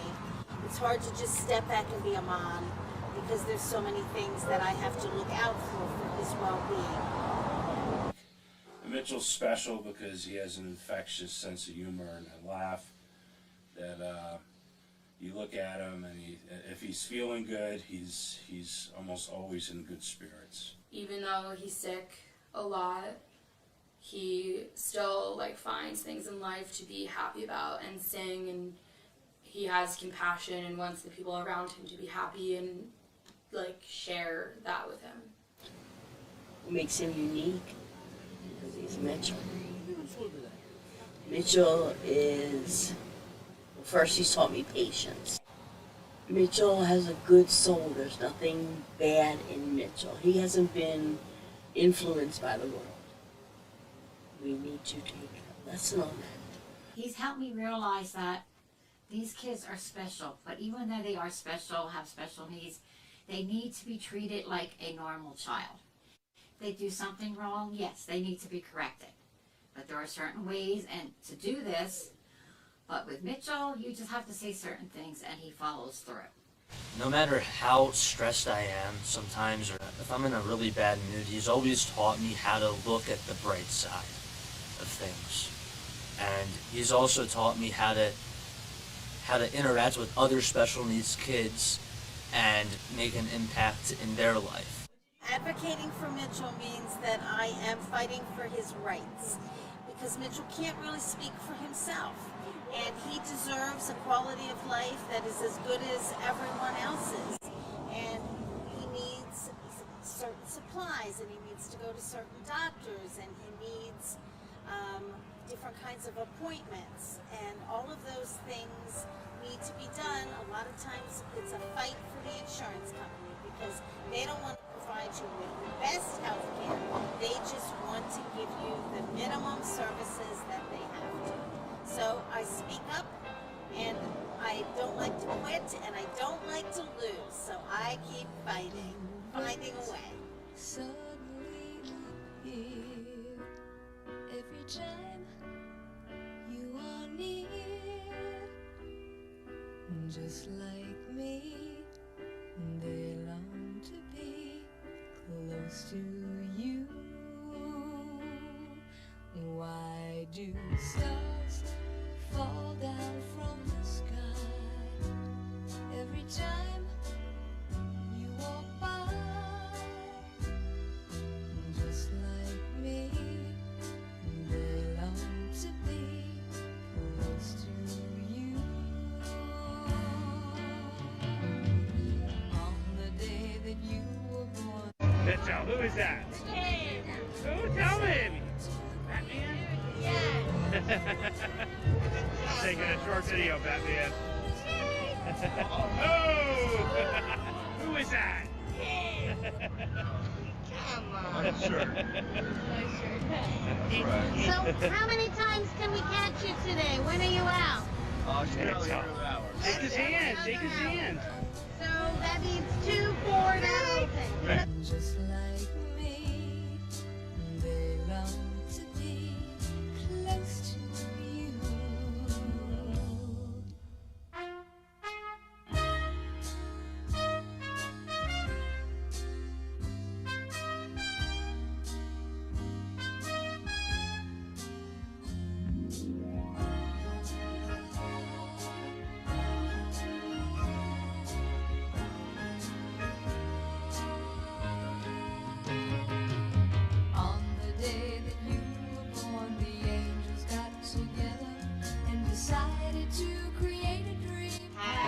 Happy birthday to you.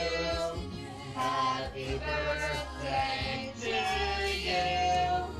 Happy birthday, dear Mitchell.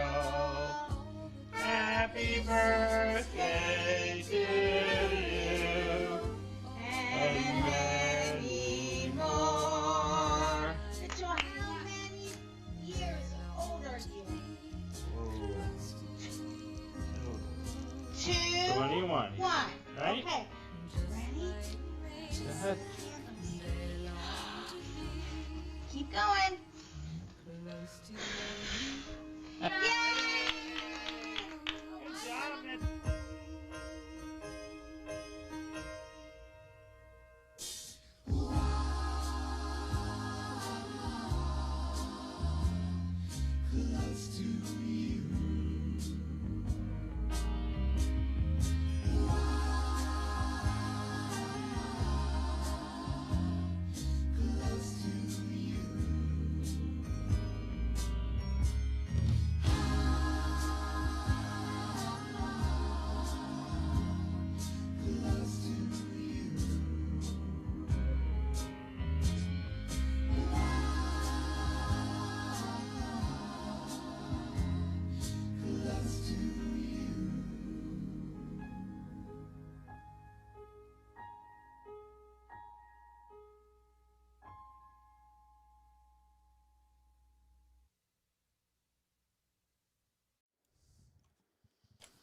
Hopefully you guys enjoyed that. That was our 7th time playing that. Never gets old seeing what people say in the comments section about it. It's crazy. But yeah, we have 8 minutes left until the VOD resets. But I'm going to wrap this up. I'm going to say thank you to everybody that donated. This is the list that I have, and obviously I know that there's people on the site. Let me actually pull that up too. Let me make sure I do this. Okay. Only one more of 25. If I don't say your name, don't take it personally. I do apologize. Why is this not working?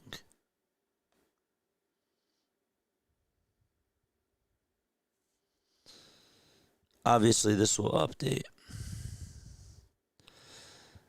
All right, photos.